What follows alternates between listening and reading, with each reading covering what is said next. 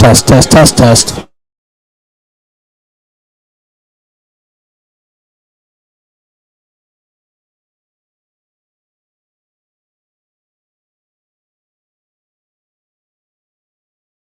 Looking for an opportunity where you can grow your career, be appreciated, and be an owner where you work? Did we say owner? Yes! MEC is an employee-owned company that is highly motivated and actively supports the communities in which our facilities are located. Mayville Engineering needs you. MEC is an employee-owned business where our focus is on our customers' success. MEC has been named the nation's #1 fabricator for 12 consecutive years in a survey published by the Fabricator magazine. Join the MEC family today. Full and part-time positions are available. $1,000 sign-on bonus, 401k, vacation and holiday pay, gain sharing program, employee stock ownership, medical, dental, and vision insurance, short-term and long-term disability, and shift premiums for second and third shift.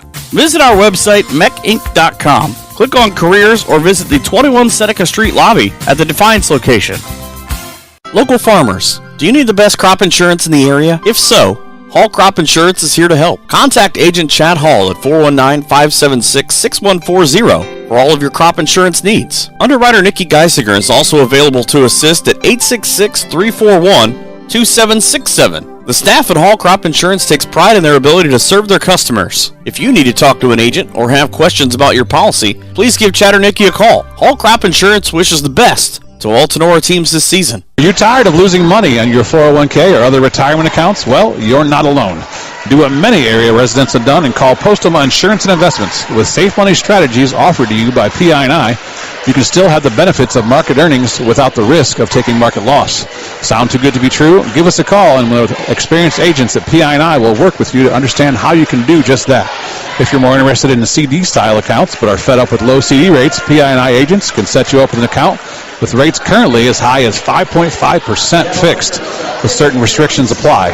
Call us today at 419-782-2500 to help you set up a plan that meets your investment goals. That's 782-2500. Postoma Insurance and Investments, protecting everything you've worked for.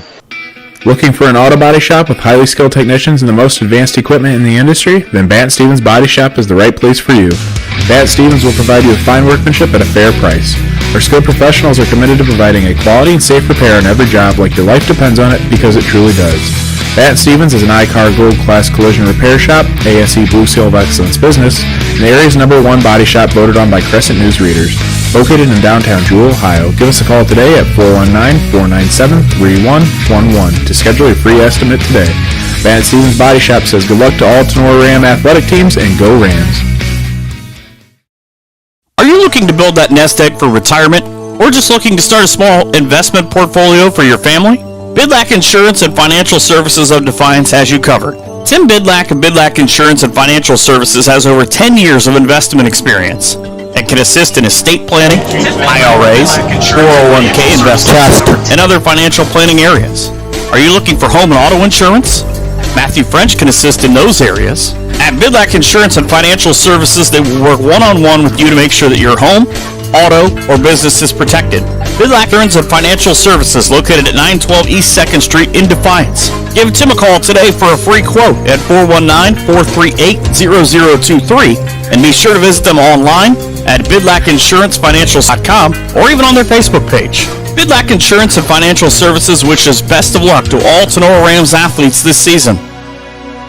BSN Sports, the recognized leader in team athletic gear. BSN forms partnerships with educators, coaches, and students to build school pride, student engagement, and community spirit. Our partnerships give you access to the most brand names in the industry with all of the hottest products at the best prices. From Nike to Wilson to Under Armour, we can customize any team needs. Since 1972, BSN Sports has brought you the brands that make you untouchable on the field, the court, or anywhere else you play your sport. Contact BSN local sports rep Jim Garris for any of your sports needs at 419-576-8940. Have your hair and nails gotten out of control over the past few months? Cut and Polish Salon of Defiance is your local salon to get all pampered up. Cut and Polish Salon offers a vast range of quality services, including haircuts, highlights, specialty coloring, waxing, manicures, and pedicures. Please schedule a visit at their fun, relaxing salon where you can be sure that all of your hair and nail needs are a top priority. Cut and Polish Hair and Nail Salon is located at 413 Hopkins Street in Defiance. Be sure to book your appointment today by calling 419-576-5087 or do your booking online by visiting their Facebook page. Cut and Polish Salon says, remember, it's all fun and games until someone breaks a nail. Cut and Polish Salon is a proud supporter of Tinora Rams Live. Cut and Polish Salon owner Jenny Bidlack says, go Rams!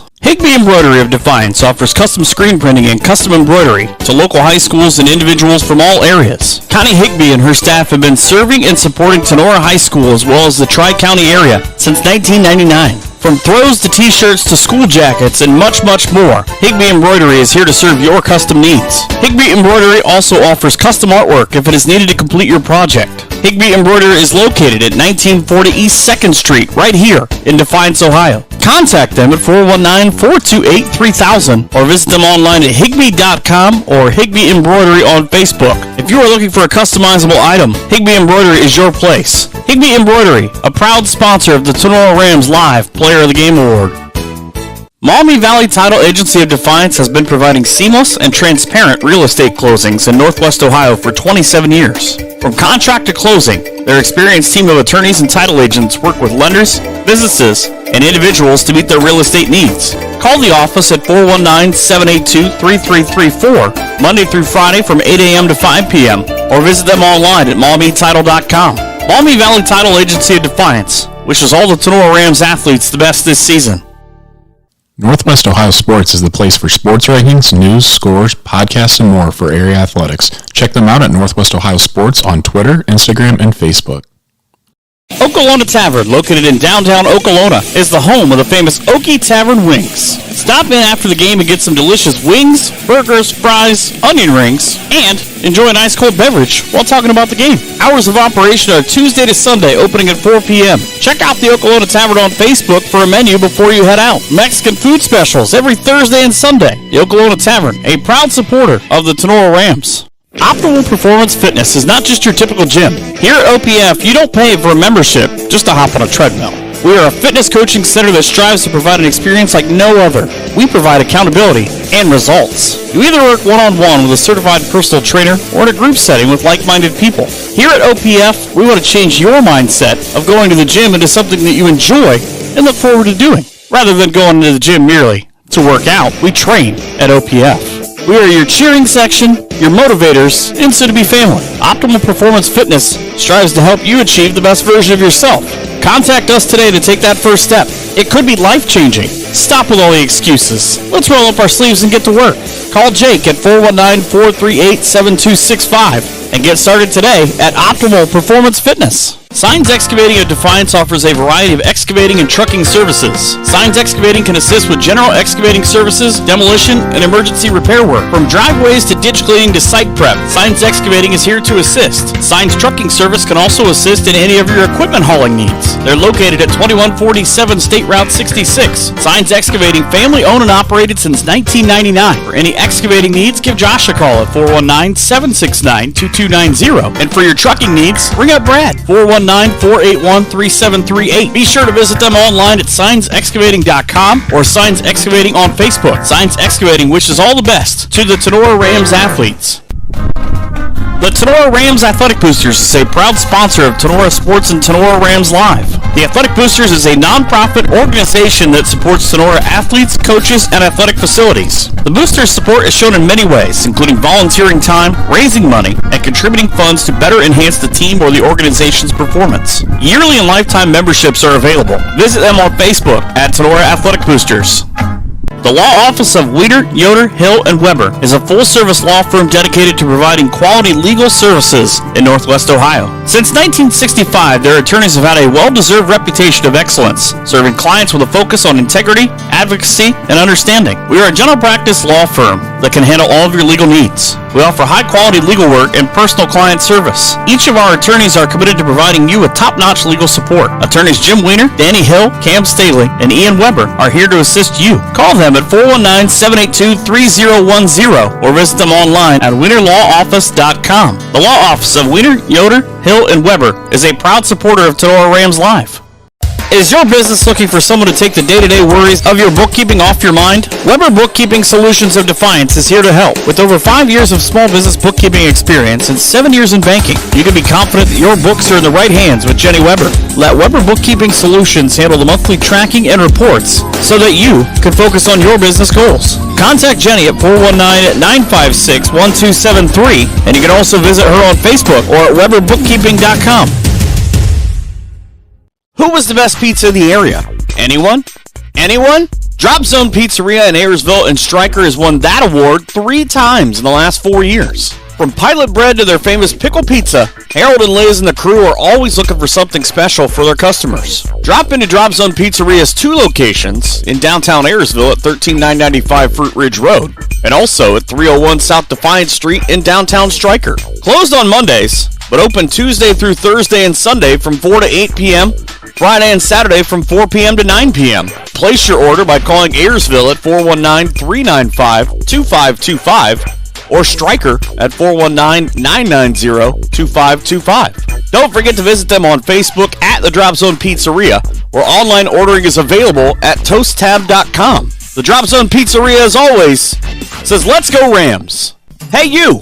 Are you looking for the best burger around? For the last 2 years, Firestone Tavern has brought home the award for best burger in the region. Firestone Tavern is also the area's go-to for wood-fired pizza, amazing appetizers, and so much more. Chef Aaron and his fantastic staff are here to serve nothing but the best to their customers. Be sure to stop out after the game for ice-cold drinks and all the games on TV that you can ask for. Located at 211 Carpenter Road at the Eagle Rock Golf Course. Hours of operation are Monday through Saturday, 2 p.m. to 10 p.m., and from Sunday, 11 a.m. to 10 p.m. Looking to place an order?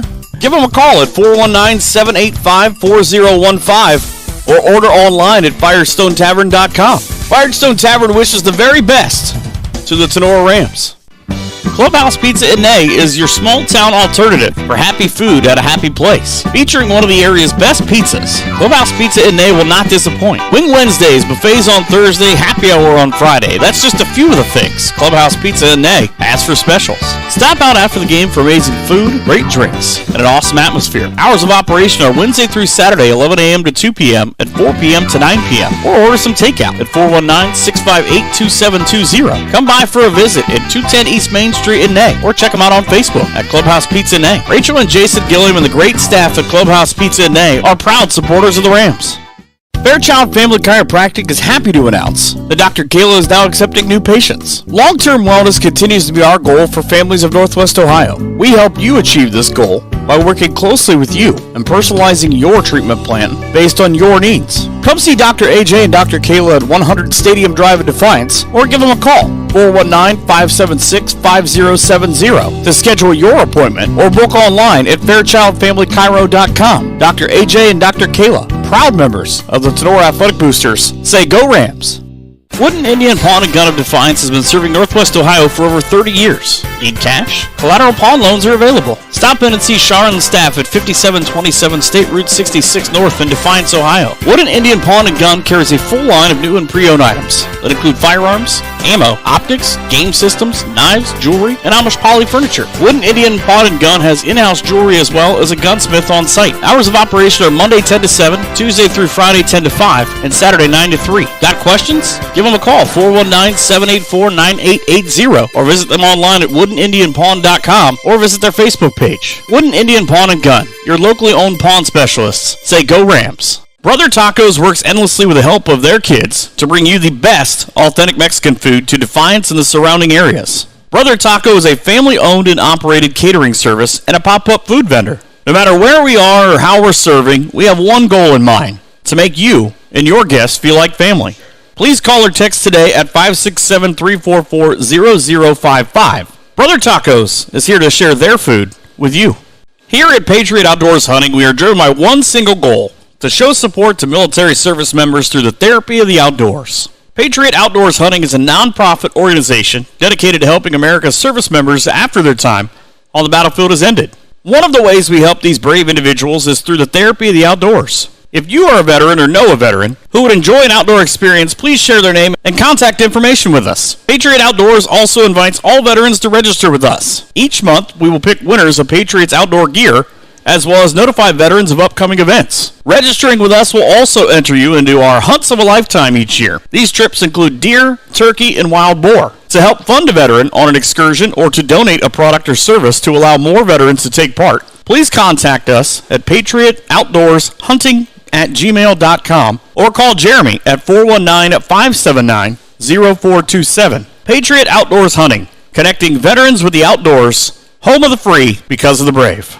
Tonight on Tinora Rams Live, high school volleyball. Here with all the action is Michael Sebring. Well, it's not volleyball, but I assure you, we're going to wide open. It's high school football. Here, just above Crystal Stadium at Tinora High School. Welcome to week number 11 of the 2023 Tinora Rams high school football season. Coming up live here from just above Crystal Stadium at Tinora High School. See, Tinora Rams taking on the Wynford Royals in the opening round of the 2023 OHSAA football playoffs. It's the 7-3 Rams hosting the 6-4 Royals. Tinora comes in representing the GMC, the Green Meadows Conference, while Wynford comes in from Bucyrus and the Northern 10 Conference. Tonight, Signs Excavating kickoff is set for 7 p.m. Signs Excavating offers a variety of excavating services and trucking services. Signs Excavating can assist with general excavating services, demolition, and emergency repair work from driveways to ditch cleaning to site prep. Signs Excavating is here to assist. The Signs Excavating team is committed to doing the job right, on schedule, and on budget. Based here in Rural Defiance, Signs Excavating serves all of Northwest Ohio, providing reliable and affordable excavating services for your home, business, or industrial properties. A full offering of excavation and trucking services, including stone hauling, trenching, demolition, land clearing, and drainage work, is available from Signs Excavating. Signs Excavating is the official pregame sponsor of the Tinora Rams Live fall sports season. For all your excavating needs, get a hold of Josh, 419-769-2290. For your heavy haul trucking needs, you can get a hold of Brad, 419-481-3738. You can also visit them on Facebook or signsexcavating.com. Overall series, just one appearance between these two teams. Rams with a 1-0 series lead. That was way back in 2014 down at Ada at Ohio Northern. Rams walked away with a 17-0 lead. And as Logan will get into later, said that was the coldest game that he ever played in high school and in college for Tinora and the University of Findlay. This is the fourth straight playoff appearance for Tinora and the third in 4 years for Wynford. Rams have seniors Caden Radzik, Owen Ackerman, Grady Gusweiler, Carter Gilliam, Braden Rostide, Joey Geisinger, Graham Askins, Drew Richardson, and Landon Newsom on the roster. Looking at the Rams, they average 27 points on offense, 263 yards per contest through the first 10 games, 146 yards on the ground, and 113 yards through the air for Tinora. Dominic Graziani, junior quarterback, leads the Rams. He was the honorable mention of GMC selection. Through the airs, 74-150, 56% completion percentage, 979 yards for Dom, so 979 through the air for Dom. 10 touchdowns and 7 interceptions. Graziani also has the legs. 109 rushing attempts for Graziani, 557 yards and 9 touchdowns on the season for Graziani. Also on the ground, Grady Gusweiler, 119 totes for 525 yards, 9 touchdowns. Joey Geisinger, second team All-GMC as a running back. 57 carries, 308 yards, and 4 touchdowns for the junior, Joey Geisinger. Receiving core for the Rams. Gusweiler out of the backfield, 28 catches, 284 yards, 2 scores. Caden Radzik, 23 receptions, 274 yards, and a score. Owen Ackerman, your 2023 spring track high jump champion in the state of Ohio, has 220 yards receiving and 4 touchdowns. Special teams is led by Jacob Bishop, first team all-GMC kicker on the season, just 1 of 3 from the field goal range, but don't get me wrong, Jacob has the strongest leg in the area, just didn't get the opportunity this season. Averages 30 yards per punt. Rams D's led by GMC Player of the Year on defense, Grady Gusweiler. Congratulations to Grady, being named Conference Defensive Player of the Year. 79 tackles. Braden Rostai, 103 tackles. Trenton DeLarber has 66. Joey Geisinger, 64. Caden Razik has 3 interceptions to lead the Rams secondary. Looking at the visiting Wynford Royals, they come in tonight at 6-4, finish 5-10 in the NWC 10, or the Northern 10. Kerry Blue Devils won that conference. Kerry was 8-2 overall. They were 7-0 in conference play. All time in the playoffs, Wynford, the Royals are 13-8. They're averaging 36 points on offense, giving up 23 on defense. Led by Ashton Warren through the air, 55 of 107 for Warren, 51% completion percentage, 1,231 yards. He has 14 touchdowns with just 5 interceptions. On the ground, 2 separate 1,000-yard rushers for Wynford. Caden Blair, 163 carries, 1,059 yards. He averages 106 yards a game. He has 18 touchdowns on the season. Anthony Evans, 138 carries, 1,123 yards, 8.1 yards a carry. He averages 112 yards per game. 10 scores for Anthony Evans. Receiving, James Reinfuss, 35 receptions, 878 yards. He averages 25 yards a catch, 87 yards a game, and he has 10 scores. Special teams, Ashton Warren, 35 yards a punt. Defense, Caden Blair leads the way, 87 tackles. Backfield, Ashton Warren with 4 interceptions. Caden Blair has 3. Wynford, coached by second-year coach Clyde Skidmore, 8-12, and it was actually a teammate of our color man, Logan Bailey, played together at Finley. And actually, Logan and Clyde played against each other way back in that 2014 contest we spoke of earlier.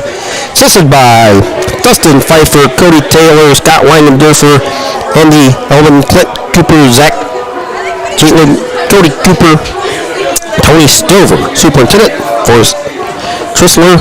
Principal, Julie Miller. Athletic Director is Eric Holman. They are Division 6, Region 22, which is why we're here. Total enrollment, 270 for Wynford. 137 boys, 133 girls. Colors, royal blue and gray. All time in the history of the football program at Wynford, 336 wins, 170 losses, 5 ties. On the road, all time Wynford, 162, 93, and 3. This season they are 2-3 on the road. Rams are coached by first-year coach Eric Becker, 1998 graduate. He was a first-team all-defensive lineman back in 97. Assisted by Casey Helton, Charlie Keller, Craig Good, Elmer Frederickson, Brady Lum, and Hayden Becker. Ball boys for the Rams, Ian Gusweiler, Garrett Sheets, Levi Geisinger, and Leighton Kelly. Superintendent at Northeastern Local Schools is Nicole Wells. Your principal is Alex Nafziger. Athletic Director, Mr. Jake Essig. Stat crew tonight, Sean and Kirsty Mack does a fantastic job next door to us. Trainer, Emily Volmar. Rams colors are hunter green and white. Rams are from the GMC, the Green Meadows Conference. They are Division 6 this season. Spent a few seasons at Division 5. Total enrollment for the Rams, 274. 147 boys, 127 girls. Overall, in the football program for Tinora, 278, 206, and 2. In a program that started in 1974. Here at home, 138 and 112 with a tie. In the playoffs all time, Tinora is 14 and 15. Last year they were 1-1. Defeated Highland Marengo and lost to Elmwood. So wherever you are, however you may be listening or watching, thanks for tuning into tonight's game. Coming up It's the Tinora Rams taking on the Wynford Royals here in the opening round of the OHSAA football playoffs. It's Friday night under the light, week 11. Here we go. Broadcast booth tonight brought to you by Cut and Polished Hair and Nail Salon, located at 413 Hopkins Street in Defiance. Your in-game scoreboard sponsor is the Drop Zone Pizzeria and Striker in Ayersville. Pregame brought to you by Signs Excavating in Defiance. Video sponsor, Bat and Stevens Body Shop in Jewel, Ohio. Stats brought to you by BSN Sports and Mr. Jim Gears. First downs tonight for the Rams brought to you by Hall Crop Insurance. Thank you, Mr. Chad Hall. Timeouts tonight. On-field timeouts brought to you by Clubhouse Pizza in May. Thank you, Jason and Rachel Gilliam. Touchdown tonight for the Rams brought to you by Oklahoma Tavern. Stop out to Oklahoma, see Brad and Julie Wilkerson. Post-game sponsorship tonight brought to you by Big Lag Insurance and Investments. Player of the game and a Rams win brought to you by Higbee Embroidery. Thank you, Connie Higbee. Looking at the uniform matchup tonight, Wynford in the all-whites, where the Rams would be in the all-green uniforms with the white numbers and black trim. Looking at your David Frank weather forecast, 75 degrees here in week 11. First round of the playoffs. We're in shorts and a t-shirt, and it's 75 degrees here at Justin F. Kressel Stadium. Looking at the GMC all-conference selections, player of the year on offense was Drew Altimus. Your defensive player of the year, we said Grady Gusweiler. Rams going through their selections. First team all-offense tight end was Braden Rostai. First team running back, Grady Gusweiler. And your first team all-place kicker was Jacob Bishop. First team defense, Graham Askins, Grady Gusweiler, and Caden Radzik. Owen Ackerman, second team as a receiver. Landon Newsom, second team all-tackle. Joey Geisinger, second team as a running back. Going to bring you a little video by Dr. A.J. Fairchild, and we will turn.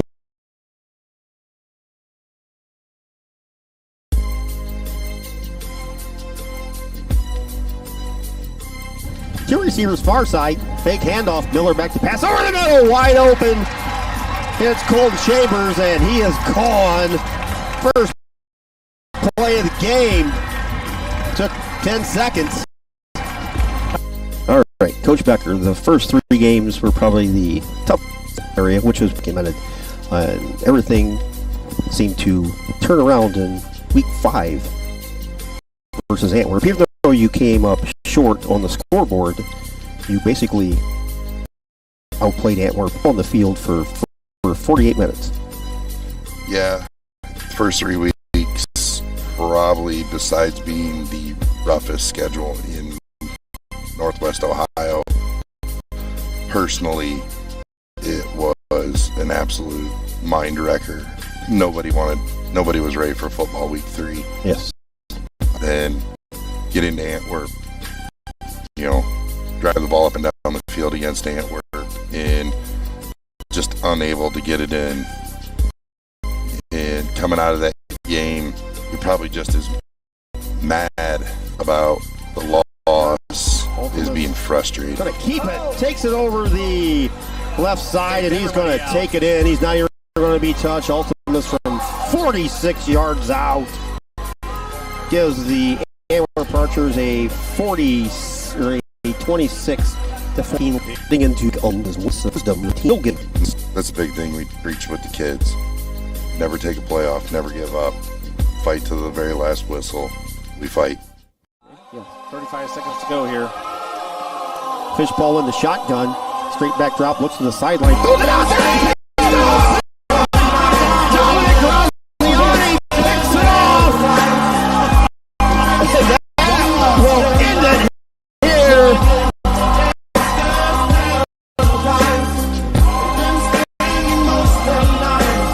3rd and 6. Graziani to Ackerman! Opening for a 34-yard touchdown! Graziani shotgun, hands off Joey Geisinger. Touchdown! Geisinger!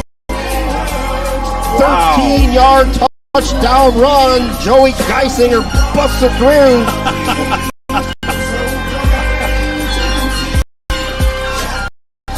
Giving the Rams a 34-0 lead at Paulding.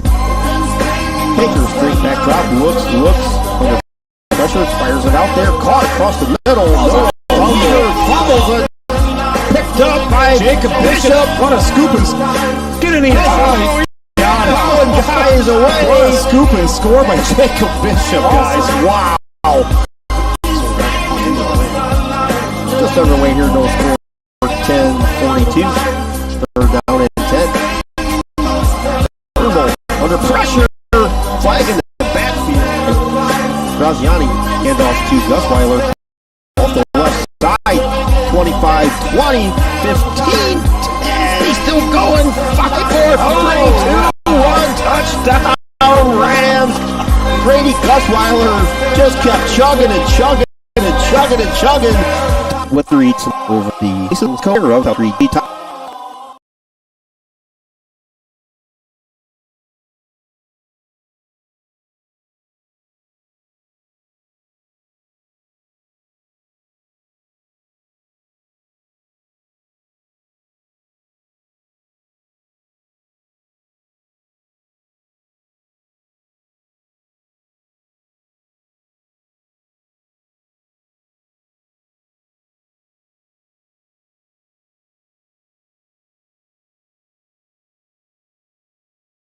Degrees. It's just nuts, isn't it? It's hard to fathom. The fact that we actually got a little bit of a sweat going up here in the press box says a lot. Considering the last time that these two teams played, Logan, I believe you and Coach Clyde were on the field, was about -10 degrees. Yeah, and that's something too we talked about. And I was glad I got to see Coach Kyle Skidmore of the Wynford Royals, and I actually played football with him at Findlay. Great guy, great coach. Glad to see him coaching his former high school team. But Wynford's going to be a very well coached team tonight, and should be a hard-fought battle by both teams. National Anthem by the Tinora Band.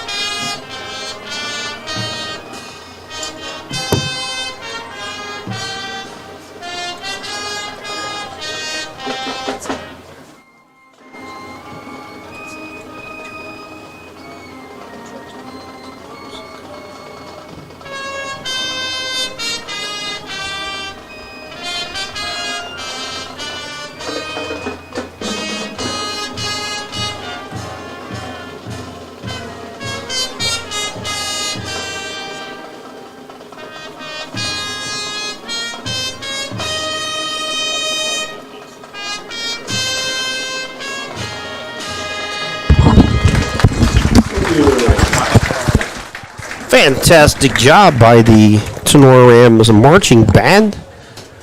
Looking at this game tonight, as we said, this is the second meeting between these two teams. 2014 was the first meeting. The Rams with a 17-0 win down in Ohio Northern at Ada, as I said, and Logan was on the field. It was about -10. But looking at this game tonight, guys, Rams coming in right and high. 3 straight shutouts coming in at 7-3 and a share of the GMC title, and the Rams come on the field.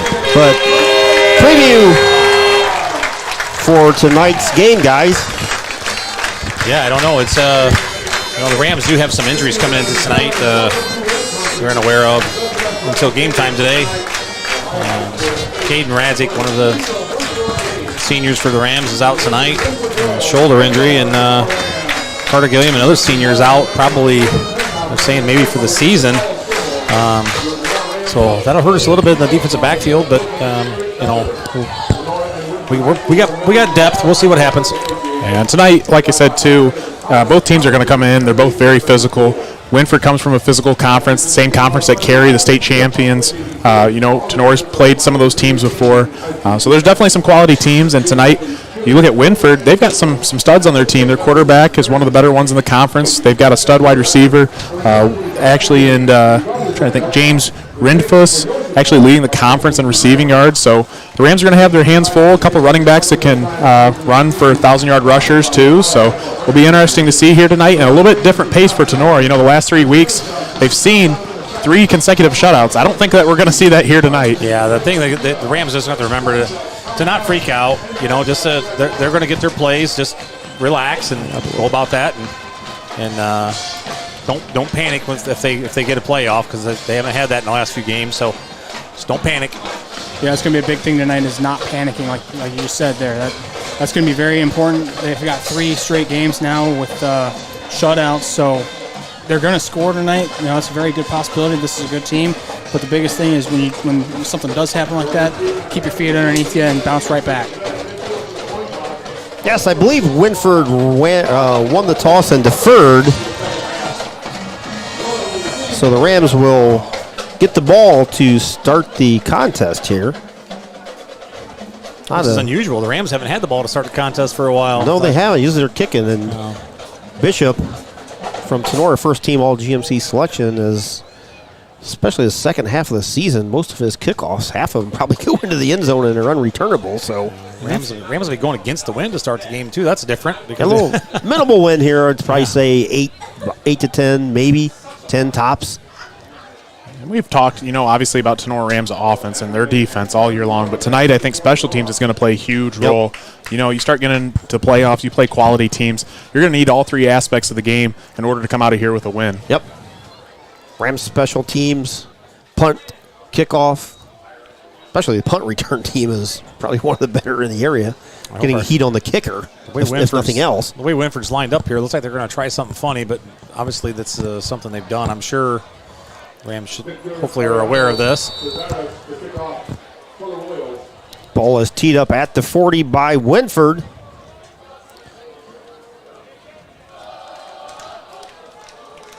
Victor Rolano Cazares has the ball teed up on the near side hash. For those of you listening on radio, Wynford going left to right. Rams on the all greens will be going right to left. Week 11, playoffs are underway. We have a flag before. Delay a game, I think. They had a. I think it was delay a game. Yes, the near side official threw a flag for delay of game on the opening kickoff. I didn't know there was actually a play clock on the opening kickoff. Yeah, they blew the whistle. They blew the whistle before he put as he put the ball down, I think. So this is the first for me, guys. We actually have a penalty before the game starts on delay of game. Wynford did not kick the ball off in time, so that's going to put the ball back to the 35. I never even knew that was a possibility. Yep, referee went over to the sideline. I heard a whistle blow, and then they did their little thing back here, and I didn't see the play clock running, though, to be honest with you. Another thing, guys, Caden Radzik on special teams is going to be another. Yeah, we're missing a few on special teams. We're still trying to get this opening kickoff settled in here. Wind blew the ball off the tee that time. Wind blew the ball off. It's the most action I've seen on an opening kickoff in quite some time. So Victor Rolando Cazares has the ball teed back up, this time with the 35. Anthony Evans is going to hold it. Line drive kick all the way back to the 17. Picked up by Gusweiler across the 25-30. Far side. Couple man's mess. He's still on his feet. Grady across the 35 to the 36, maybe 37. Little action-packed return there by the defensive player of the year, Grady Gusweiler. Also first-team all-conference running back. Yeah, nice little move over there. Got on the sideline, stiff-armed the guy, and tried to get in a couple extra yards. Maybe gain, like you said, Keith, maybe an extra yard or two. That's something we've seen out of Gusweiler all year long, that very strong stiff arm. You see it quite a bit where he kind of throws that guy down, and very physical runner in Gusweiler, so he's going to need to show that here a lot tonight. Rams, 250 yards on offense, 146 run, 104 pass. 27 points on offense, 3 straight shutouts by the Rams defense. Ball's on the far side hash. Dominic Graziani. Shotgun formation. We have a whistle and a flag in the backfield of the Tinora Rams. We have a false start. Bishop was in motion. And before the snap. Didn't see that. I'm not sure what happened there, but. So the Rams, we march back 5 yards. We're going to start off with the 1st and 15 just underway here. Took us a while to get going. Well, we still really haven't got going. Hunter Bosselman back there at center for the Rams. Played a little bit last week, about a half last week, and nice to see him back under the center, but he's going to have his hands full with number 77 for Wynford. I think his name is Kenneth, and I'm sorry if I butcher this, Katulik. 6'8", 295 pounds. Rams break the huddle. 2 receivers far side, 2 near side. Low snap picked up by Graziani. He's under pressure. Going to take it, try and run. Now he's going to throw. Pushed out of bounds over there. Throw the ball way away. Outside. No flag on the play. Pushed out about the 32. But the loss of Carter Gilliam and Caden Radzik, guys, 2 of the Rams' top 3-4 receivers, replaced by Shively and Bishop. Yeah, that's something tonight. You may see the Rams run the ball a little bit more just because, they have the staple and Joey Geisinger and Grady Gusweiler. But, yeah, those 2 being out are definitely going to be 2 huge losses for the Rams tonight. Loss of 2 on the play. It's 2nd and 17 for the Rams offense. 2 receivers near side, 1 far side, 1 back in the backfield. Graziani gives the ball to Gusweiler off the left side. 35, 40, 45, 50. Oh! Tackled awkwardly over there. into Wynford territory at about the 48-yard line. First down, Rams. Nice run by Grady Gusweiler. Guys, Carson Parker took the first play from scrimmage, 70 yards for LCC, 7-0 LCC over Ayersville. Similar to our game last year where Cole Anders took the first play about 75 yards for a touchdown. Right. I said for Ayersville, if they wanted to win that game, they definitely had to control the ball and control the clock on that one. I think Rams got the matchup they want out here, guys, I believe, with Ackerman if they want to go out there. Bishop in motion, fakes a handoff to Bishop, gets it to Gusweiler off the left side, gets close to the Wynford 45. They spotted it at the 46. Gain of just over 2 on the play. It's going to be 2nd 8 for the Tinora offense. You got Owen Ackerman at 6'3", being guarded by Hunter Routson, 5'7". Might be a matchup you Big want to exploit matchup here to exploit, yes. Rams break the huddle. Send Ackerman near side. Rams have 2 receivers far side. Empty backfield. Actually, have 3 receivers now side. Grady over here near side. Graziani, straight back, looks, pumps, pulls it back. He's going to tuck and run. Tackled from behind at about the 46. I know he may have actually lost a yard on the play. See where they spot it. Going to put it down right basically where it was, so basically no gain. Going to be 3rd and 8 for the Tinora Rams. Nice play there by linebacker Bryce Locker, number 52 for the Wynford Royals. And he kept really good contain of Graziani there. Ball's on the Wynford 46-yard line. No score here on your Drop Zone Pizzeria scoreboard as we have 9:55 and winding here in the opening quarter. Big play for the Rams here on 3rd down so they can convert, keep the ball moving. 3 receivers far side. Ackerman's your near side receiver. 1 back in the backfield. Handoff off the left side to Gusweiler. Spins. 40, 37. He's going to be close to a first down. Heck of a 2nd, 3rd effort by First down. Grady Gusweiler. And yes, as we discussed, we don't measure this season in 2023 high school football. We just use the old eyeball test. And we say, that looks good to me. Move those chains. First down to Nora. First down brought to you by Hall Crop Insurance. Get a hold of Chad Hall for all you farmers out there in need of crop insurance.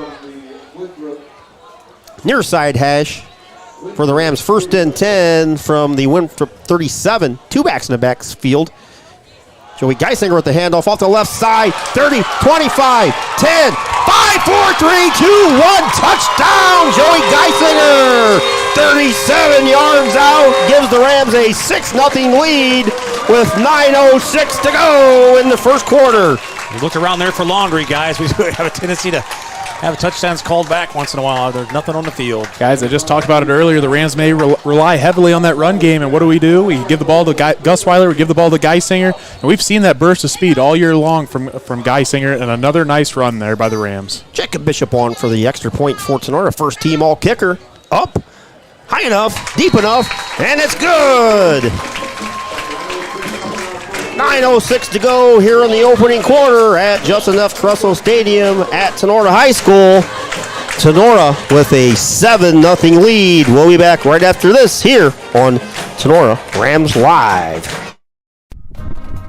The Tinora Rams Athletic Boosters is a proud sponsor of Tinora Sports and Tinora Rams Live. The Athletic Boosters is a nonprofit organization that supports Tinora athletes, coaches, and athletic facilities. The Boosters' support is shown in many ways, including volunteering time, raising money, and contributing funds to better enhance the team or the organization's performance. Yearly and lifetime memberships are available. Visit them on Facebook at Tinora Athletic Boosters. Check out Tinora Rams Live. Live events broadcast on YouTube and post-game results, articles, schedules, and more can all be found on TenoraRams.com. Here comes more Tinora Rams sports action. We'll keep messing. Back here at Just Enough Caruso Stadium, Rams with a 7-0 lead, courtesy of a 37-yard gallop, scamp by Joey Geisinger. I tell you what, that was a great drive by the Rams. Converted on a couple third downs there. Nice drive. See if Wynford here can return the favor back to the Rams. Bishop approaches the ball at the 40. Line drive kick all the way back to about the 6-yard line. Wynford returns it near side. Goes across the 20. Hit at the 25-yard line. That return for Wynford. Anthony Evans for the Wynford Royals. First look we get at the 2,000-yard rushers for Wynford. We'll see what the Rams have ready for that. Going to be tough to stop. Yes, Wynford leads the league in rushing, 1,000-yard rushing. They have the league leader in receptions and a 6'4", 6'3", 6'4" quarterback who has 1,200 plus yards passing. Guys, and tonight we'll see an offense real similar to what Tinora used to run. Ashton Warren. Handoff inside to Evans. I was talking to Coach Becker before the game and kind of getting a pre-scouting report and said, there's nothing too flashy about them. They've got some really good athletes, but at the end of the day, they're going to hand the ball off. There's not a lot of misdirection, and they're going to come right at you. They're a very physical football team. Gain of 4 by Evans, going to be 2nd and 6 for Wynford. Stover goes far side. 2 backs in the backfield. Handoff over the left side. Anthony Evans again. Going to be short of the first down. It's going to bring up 3rd and about 3 for the Wynford Royals. Braden Rossai brought him down there. Got him by the foot. Rostai with over 100 tackles to lead the Rams. 103. Now 104 for Braden. 104 and didn't even get any kind of GMC awards. That's a honorable mention, I think. Yeah. 3rd and 3 crazy. Coming up for the Royals. Ball's in the middle of the hash marks. 2 receivers far side. 2 backs in the backfield. Warren under center. Gives the ball to Evans. Going to be tripped up short of the 35. Going to be 4th and a yard for Wynford. I don't think this is less than a yard. I don't think this is going to be a decision for Wynford. They're going to go for this. Tony, you were talking just right about Braden Rostai, linebacker for the Rams. Again, he got in there and picked that ankle and was able to make another stop there. 4th and inches. See what Coach Clyde Skidmore is going to go for it. This is going to be a quarterback sneak here, It may be a hard count, too. Warren under center, inside handoff. It's going to be a first down as Caden Blair, another 1,000-yard rusher, gets the Royals' initial first down here tonight. 7-0 Tinora. So we approach the 7-minute mark on your Drop Zone Pizzeria scoreboard here in the first quarter. Beautiful night for football on this Friday night from Tinora High School. Guys, about that last call, how risky is that? Going for it on your own 35-yard line. You don't get that. You're turning the ball over and you're giving the ball to Tinora, which they just popped off a nice drive to start the game. That could be a totally different ball game, but luckily the Wynford Royals got that first down. Yeah, but you know what? If I'm Wynford, 2,000-yard backs, I'm not even hesitating. You know what I mean? Inside handoff to Blair, across the 40, close to the 45. They blew that whistle, guys. He wasn't really down. He was on top of the pile when they blew the whistle. 4, maybe 5 for the Royals. You can see that already by these 2 running backs. They keep their feet. They keep their feet moving. If you're going to take them down, you're going to have to take away the legs. It'll be 2nd and 4 from their own 44. 6:24 and winding here in the opening quarter. 7-0 Tinora. Warren under center's got 3 backs in the backfield. Pitches it out to the far side. Gets Evans out there. There's a First down for Wynford. That's why they chased him down, knocked him out of bounds. We'll see. After he gets a first down. I don't see three backs in the backfield anymore. Yeah, that's kind of an unusual. That's an old school thing. Like Navy. double tight, three guys in the backfield. That's a 1970s running back or offense. Ball spotted the nose right at the 50. First and 10, Wynford. Two receivers far side, nobody near side. Two backs in the backfield. Warren under center. Straight up the middle. Going to be a 50-yard touchdown for Caden Blair. Basically untouched. Blair takes it to get the Royals within one. Boy, guys, he shot through there. I didn't even see where he come from. I know. He came right off the A-gap there. He bursted through that line of scrimmage, and someone from the Rams defense was not in their gap on that one. Absolutely. It just took off. I was like, oh, there he goes. I didn't even see where the ball was at, honestly. But then again, he shows off why he's a 1,000-yard rusher and one of the better ones in their conference they come from. Extra point attempt coming up for Orlando Cazares. 7-6 Rams lead by one at the 5:44 mark. Extra point pending by Wynford. High snap, kick up, and it's good. We are tied at 7 here on your Drop Zone Pizzeria scoreboard. 5:44 to go in the opening quarter. We'll be back with more Round 1 playoffs here from Tinora High School. Rams and Royals will do it right after this timeout. Maumee Valley Title Agency of Defiance has been providing seamless and transparent real estate closings in Northwest Ohio for 27 years. From contract to closing, their experienced team of attorneys and title agents work with lenders, businesses, and individuals to meet their real estate needs. Call the office at 419-782-3334, Monday through Friday from 8 a.m. to 5 p.m., or visit them online at maumeetitle.com. Maumee Valley Title Agency of Defiance wishes all the Tinora Rams athletes the best this season. Here comes more Tinora Rams sports action. Back at Just Enough Crusoe Stadium, we are tied at 7. 5:44 to go here in the opening quarter. First round of the OHSAA playoffs. We'll monitor our local schools as always and give you an update when we have a chance. I'll tell you what, guys, no surprise here by Wynford. Coming out, marching the ball down the field, breaking off a big long run there. That was surprising, but coming down and scoring was not a surprise. This is going to be a battle the whole way, I believe. Orlando Cazares has the ball teed up at the 40. Approaches a little line drive squib kick, picked up by Rostai at the 30, 35, 40. Braden still going. Gets to about the 43-yard line. Nice return by Rostai. About 15-yard return by Braden. Yeah, nothing fancy there. Scooped up that squib kick and just went straight forward.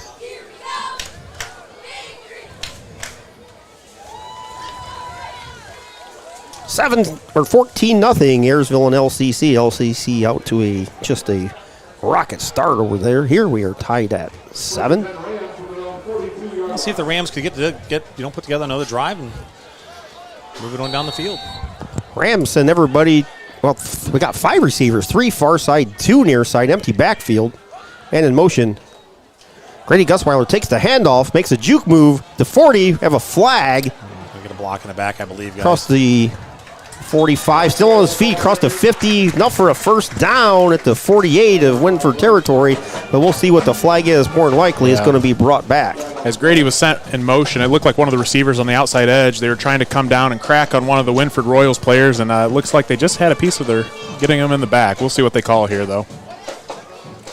That's one thing, guys, with Caden not there, Carter Gilliam not there, guys out there that normally don't get a lot of game playing time, something like that will creep up on you. Yeah. And something mistakes. Oh, go ahead, Tony. No, just mistakes like that. That's it's so costly. We should have the ball on about just over the 50-yard line, and here we are. First down back at our 32-yard line. 32. First and 20 for the Rams offense. 2 receivers far side, 3 near side. Rostai in motion goes far side. Pitch out to Gusweiler, catches at the 28, makes a man miss, gets to the 30, 35, 36. We have what's that flag another for? That's flag. another block in the back, I believe. I believe they're going to call that. Flag at the 30. On Ackerman? Oof. Boy, I don't know about that one. That one was a little iffy. So the Rams probably going to see their yards to gain, go back about 10 yards. So it'll be about 1st and 30. The kid was going down. That's like I said. That's an iffy penalty. He dove at the ground. I don't know that I call that one. That wasn't a block in the back. 5:14 to go here in the opening quarter. We are tied at 7. Yeah, that's one nonetheless. I was just going back to that point. Wide receivers, blocking is so important. As much as Tinora runs the ball, but a lot of times those guys those are the touchdown blocks. Those guys blocking downfield, and right there, we just didn't get a man or chest and walled up there for the defensive back and couldn't go anywhere. Yeah, Rams kind of going the wrong direction here. Started off with a drive at 42, and now they're. Gus Weiler with the handoff across the 20, gets close to the 25. It was 1st and 30 from their own 22 when they originally had the ball in Wynford territory at the 48 prior to the second of 2 back-to-back 10-yard penalties. Logan, you talk about blocking there on that screenplay. It's so important when you talk to receivers about blocking. They try to lunge. When they try to block, they want to try to knock the guy down, and all they got to do is really just get in the way. Right. You're just trying to run interference. You're not really just trying wall to knock them off. down. Then run your hips into the block. Just a 2-yard gain at 2nd and 28. Pitch goes to Grady, gets across the 25, falls forward to about the 26-27. I understand they're probably just going with this, just going to run the ball and punt it away, but to me, this is a giving up drive, and I don't give up, especially when you match up Ackerman against that 5'7" defensive back. I think I'm going to try to exploit that at least once. And they had that matchup just there and that play right there. So yeah, and this drive, I think obviously it's been plagued by penalties, but at the same time, the Wynford defensive line is doing a nice job. It's Rams' offensive line has been having a hard time putting a man on a man there. 3rd and 26 for the Rams. They got that matchup, guys, up top. Ackerman. Got 4 receivers near side, actually. 1 far side, empty backfield. Be careful. He's got help over top, though. Graziani takes a snap, looks on the far side, throws it out there, has a man out there. Oh, my God. The arms of Owen Ackerman. Owen had it at the 40. And come on, Owen. Got to haul that one in, baby. Seen the ball flip through his hands, incomplete, harmlessly to the green turf here at Justin F. Kressel Stadium. Be 4th and 26 at the 3:35 mark in the opening quarter, tied at 7. I don't know. Go ahead. I was just going to say, that was an excellent ball by Graziani. I mean, you couldn't have put it anywhere else. You had the other guy helping the safety deep, helping out over top, and Graziani. Yes, he did. He put it right in the basket and just slipped right through the hands of Owen Ackerman. Bishop back to kick on this 4th and 26, 1 man deep for Wynford. Good snap. Bishop's kick averages about 30 yards a kick. Decent kick. Hits at the Wynford 45, rolls to the 40, and Trenton DeLarber will touch it there. Wynford will take over 1st and 10 for their second drive here in the first quarter. We are tied at 7, 3:24 to go. That Wynford kid comes running up there. We saw the guys try to drag him into. I saw some people trying to drag him into the ball before. I don't know if they can do that or not. If a kid wants to step up there and grab, I'd just grab a hold of him and drag him around on top of that ball and I think that was in a college football game we saw. Colorado tried to do that a couple weeks ago to somebody. Colorado State, I believe. Not sure if that's legal or not, but I'd sure try it. He wants to step up there, just grab a hold of him and throw him down on top of the ball and then take it from him. Royals, after a 50-yard touchdown by Caden Blair, take over. The first down, inside handoff, fake to Blair. I think it's given to Evans. Quarterback kept that, took a shot. Warren with the quarterback keeper. Warren with lanky 6'3", 6'4". I was just about to say, we haven't seen him throw the ball yet. I saw him warming up in pregame, and he's got a real good athletic-looking frame. He can throw the ball a little bit. He's their punter as well. So, the kid's kind of a jack of all trades, so I'm excited to see what he brings here tonight for the Wynford Royals. Royals. We talked about downstairs, and I think you brought it up also, Logan. Kind of reminds you of Hayden Wickert of Elmwood last year. Not quite as big as Hayden, but definitely has the height. 2nd and 11. Man in motion. False stars. Reinfuss. Have a false start on Wynford. Is going to march them back 5 yards in the first quarter. Filled full of penalties. We should have known it was going to be that night, guys, when we have a flag before the opening kickoff. That's a valid point. Yeah. Warren tried to point at Tinora, but I'm like, hey, the whole offensive line moved, man. So, 2nd and 16 from their own 34 for the Royals. We are midway through the first quarter here at Tinora High School, tied at 7. Winner, who's on the round 2, possibility playing Bluffton or Paulding. Back to pass. Warren throws it out there. Has a man. Oh, turn around for the ball. Pitching the numbers. Anthony Evans. Come on, DeLarber. Was open. Unfortunately for the Rams, that hit Trent DeLarber in the back of the numbers, not the front. He was chasing and wasn't even paying attention to the ball. He turns around. That's a pick. Would have been right in the breadbasket.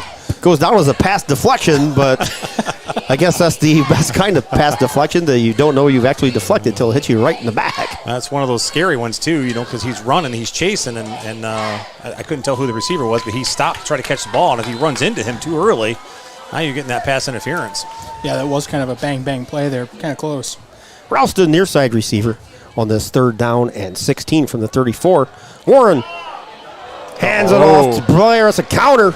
Tackled nice tackle at the 46-yard line, and that looked like that could have been going for much more. Nice open field tackle, I think, by Braden Rostai. Is that a Statue of Liberty play? I was going to say, that looked like the Statue of Liberty.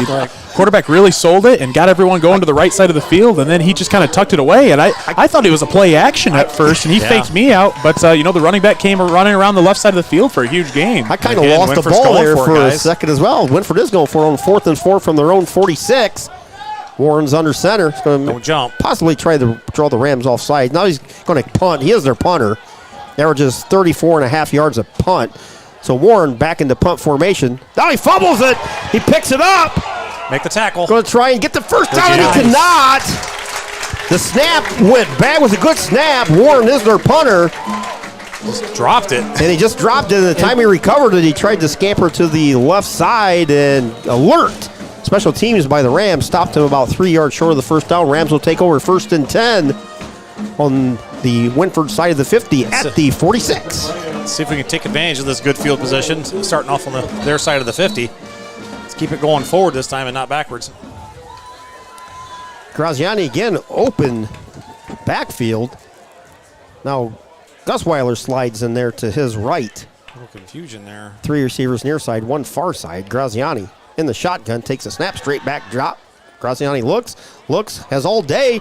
Going to tuck it and run. Now he throws it to a rifle. Not a bad choice. Through the arms of Jacob Bishop. Only Jacob Bishop was able to catch that rocket, and there was nobody behind him. So not necessarily a bad choice there to avoid the sack. Like a Nolan Ryan heater. Yeah, I think Graziani's starting to learn, too, that he's not going to be able to scramble like he used to in other games. Wynford's doing a nice job at containing him, and when he tries to bail out, there's nowhere to go. So he's going to either have to set his feet and throw, or he's going to have to burn it out of bounds. He's got some time to set back there. That's nice. 2nd and 10 for the Tinora Rams. 3 receivers far side, 1 near side. That's Akron's got 1-on-1 out here. Handoff to Gusweiler over the left side. Gets across the 45, and that's about all he got. Gain of 1, maybe 2 for Tinora. It's going to bring up 3rd and long here as we hit the 1 minute mark in the first quarter. We are tied at 7. Big 3rd down again for the Rams, guys. Need to convert here, keep this drive moving. Yeah, Wynford's doing a nice job up front defensively. They're not letting us get much. We've had to get outside each time to get anything moving. Rams break the huddle balls. They got that mismatch out here again, guys. Just inside the Wynford 45. Yeah, they've got their safety helping out over top over Ackerman there. Empty backfield. Graziani has all day to pass again. Looks. Now he's finally getting pressure. He's going to run far side. Going to tuck in, try and get the first down. No, he dives for the markers. No, he stepped out of bounds before that. Going to be close. Let's see where they spot it. 3 yards short. 2 lower long, 2 maybe. Yeah, Dom stepped out of bounds just inside the 40. It's going to be 4th and about 3 for the Tinora offense. Choice for the Rams here. Do you punt this ball and try to pin them deep, or do you go for it here? I would probably just kick it. I don't know. I think they're going for it, guys. I think you go for it. So Wynford has gone for it twice now on 4th down, so I guess match him. It's 4th and a long 3. It almost looks like 4. Yeah, it looks like from the Wynford 39. 3.5. Definitely out of Bishop's field goal range here. Especially into the wind. Rams got to hurry. 6 seconds. Call Play, a timeout. Call a timeout. Play call a clock's timeout. Call a at timeout. 2-1. He got it. Coach Becker calls a timeout. Yeah, Not frustrated. happy. Well, he's frustrated. Everybody was walking around trying to get lined up. Rams burn their first timeout here with 23 seconds to go in the first quarter. 4th and 3 from the Wynford 39. All timeouts brought to you by Clubhouse Pizza and A. Stop out after the game. See Jason and Rachel Gilliam, proud sponsors here at Tinora Rams Live. 28-0 Liberty Center over Elmwood. I assume that's still in the first quarter. 14-0 LCC over Ayersville. 14-0 Bluffton over Paulding. Archibald 8-0 over Frederickstown. The Freddies are trailing 8-0. It's funny. They have Frederickstown Freddies and Freddies. the Johnstown Johnnies. Yes. Which ironically, Coach Fairchild, when we went to cover the softball team, drove by Wynford on the way in and out several times this spring. Yeah, played our regional games at Bucyrus. Napoleon with a 7-6 lead over Bellevue. St. Mary's 21, Wauseon nothing. Bryan and West Holmes tied at 14. Columbus Grove 22-0 over Lakota. PH with an 8-0 lead over North Central. Here it's 4th and 3. Rams going to go for it. It's like Bucyrus is bringing pressure here, guys. Graziani backed out of it. Drops, throws it over the middle, has a man out there. Ackerman up and had it. Out jumped the defensive back. Owen had it in his hands and again just can't come up with the pigskin. So the ball will go over on downs to Wynford. They'll take over on their own 39 with 16 seconds to go here in the opening quarter, tied at 7. Nice little play there, running backside, but the ball was just a little bit underthrown, and Ackerman went up for it and just couldn't outfight the Wynford for the ball there. Defiance with a 7-0 lead over Bay.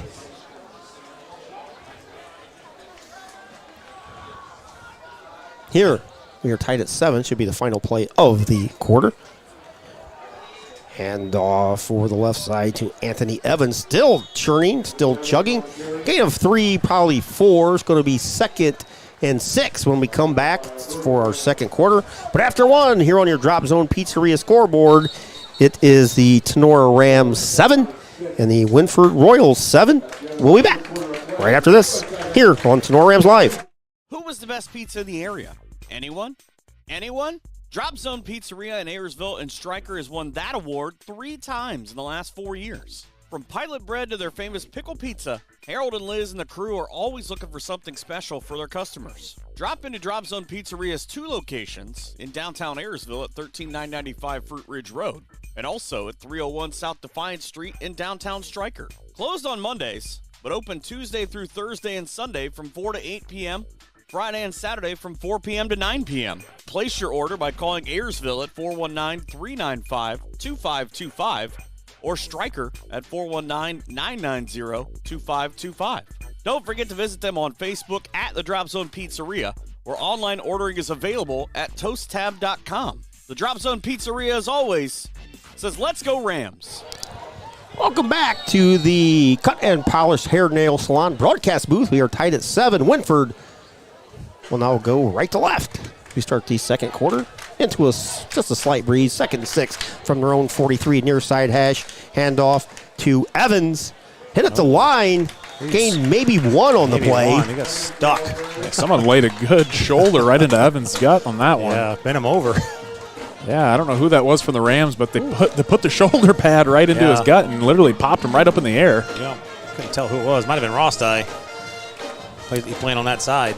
Big third down for the Rams defense. 3rd and 5 from the Wynford 44. Let's see what Wynford does here. They did pass the ball a couple times. They've had an opportunity there maybe, but I just think they're going to stick to their bread and butter, which is the run. So Wynford kind of a tight formation here. We have a whistle on the far sidelines, and the Royals and Coach Clyde Skidmore will take a timeout. Timeout on the field, as always, brought to you by Clubhouse Pizza, and they stop out after the game. See Jason and Rachel Gilliam. oh boy, guys, it's going to be one of those nights. Yeah, this is going to be a grind it out, smash it out type of football game. Yeah, both teams have had opportunities there. The Rams are doing a decent job of keeping Wynford in check, other than that one big run on the as far as running the ball. The Rams have missed a couple big pass plays there. I don't know. We'll see how it pans out from here on out. 2 so far evenly matched teams, and I know for the most part both of teams like to run the ball, and we've seen that here a lot tonight, and both teams have 2 really good running backs apiece. Yeah, exactly. Which, luckily here, Tinora has faced this sort of matchup here before, a real tight game like this back against Ayersville. So they do have the experience fighting for it. Battle tested a little bit. 3rd and 5 for the Royals.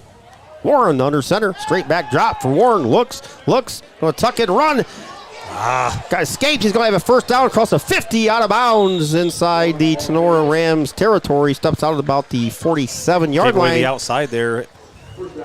Rams had him in the backfield. They just kind of whiffed at air there. Yeah, Helmke rolled underneath instead of staying outside there. I believe it's who Casey's yelling at. Gave away that outside contain. Yeah, we talked about, Warren, quarterback for the Wynford Royals, showing off some athleticism. There he goes. He showed he could throw the ball a little bit, and now he takes off and he can run the ball for a first down when needed. So definitely a good athlete. Big 3rd down conversion by Wynford. 1st and 10 from the Tinora 47, 11-14 to go here in the first half. We are tied at 7. 2 receivers near side, 2 backs in the backfield. Warren under center. Inside fumble. Handoff. Ball's on the ground. I think Carter's got it. Fight, Carter, fight. Carter Radzik. Come up with the ball, Carter. See what we got. We have a conversation here, which is usually a bad thing. The Wynford kid, number 22, Caden Blair, came up with it, but the referees are still having a conversation here. You got to fight till you come up with that ball. Blair and Warren with a little bobble on the exchange. Have an official's timeout. Rams get the possession. Boy, oh boy. Warren, huge. Warren puts his hands on his head, and several other Royals we can't believe it. It looked like there was a little bit of a miscue on the handoff. Didn't quite secure it and was bobbling as he took off across the line of scrimmage. Had to kind of turn back for it a little bit. I said, Coach Becker's telling him, you fight for that ball. I see him down there talking to him right now. Carter Radzik, first team All GMC as a freshman. Yeah, that's a huge. That's the first turnover of the game, guys. Let's see if the Rams can capitalize on that.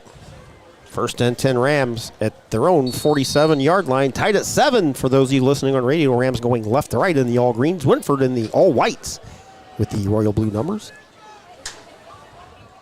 Graziani takes a snap. He's going to pitch it to Devin Llewellyn across the 50 to the 46-yard line. I was just going to say, that's a different number, fellas. Devin Llewellyn's played very well in his limited carries this year. He's like a lightning bolt in a bottle. He can just get it and go if he gets a gap. I tell you what, guys, who he reminds me of? Cole Anders. Yeah. Kind of got the same body structure, quick. Yeah. Get him a gap, and he'll probably take off.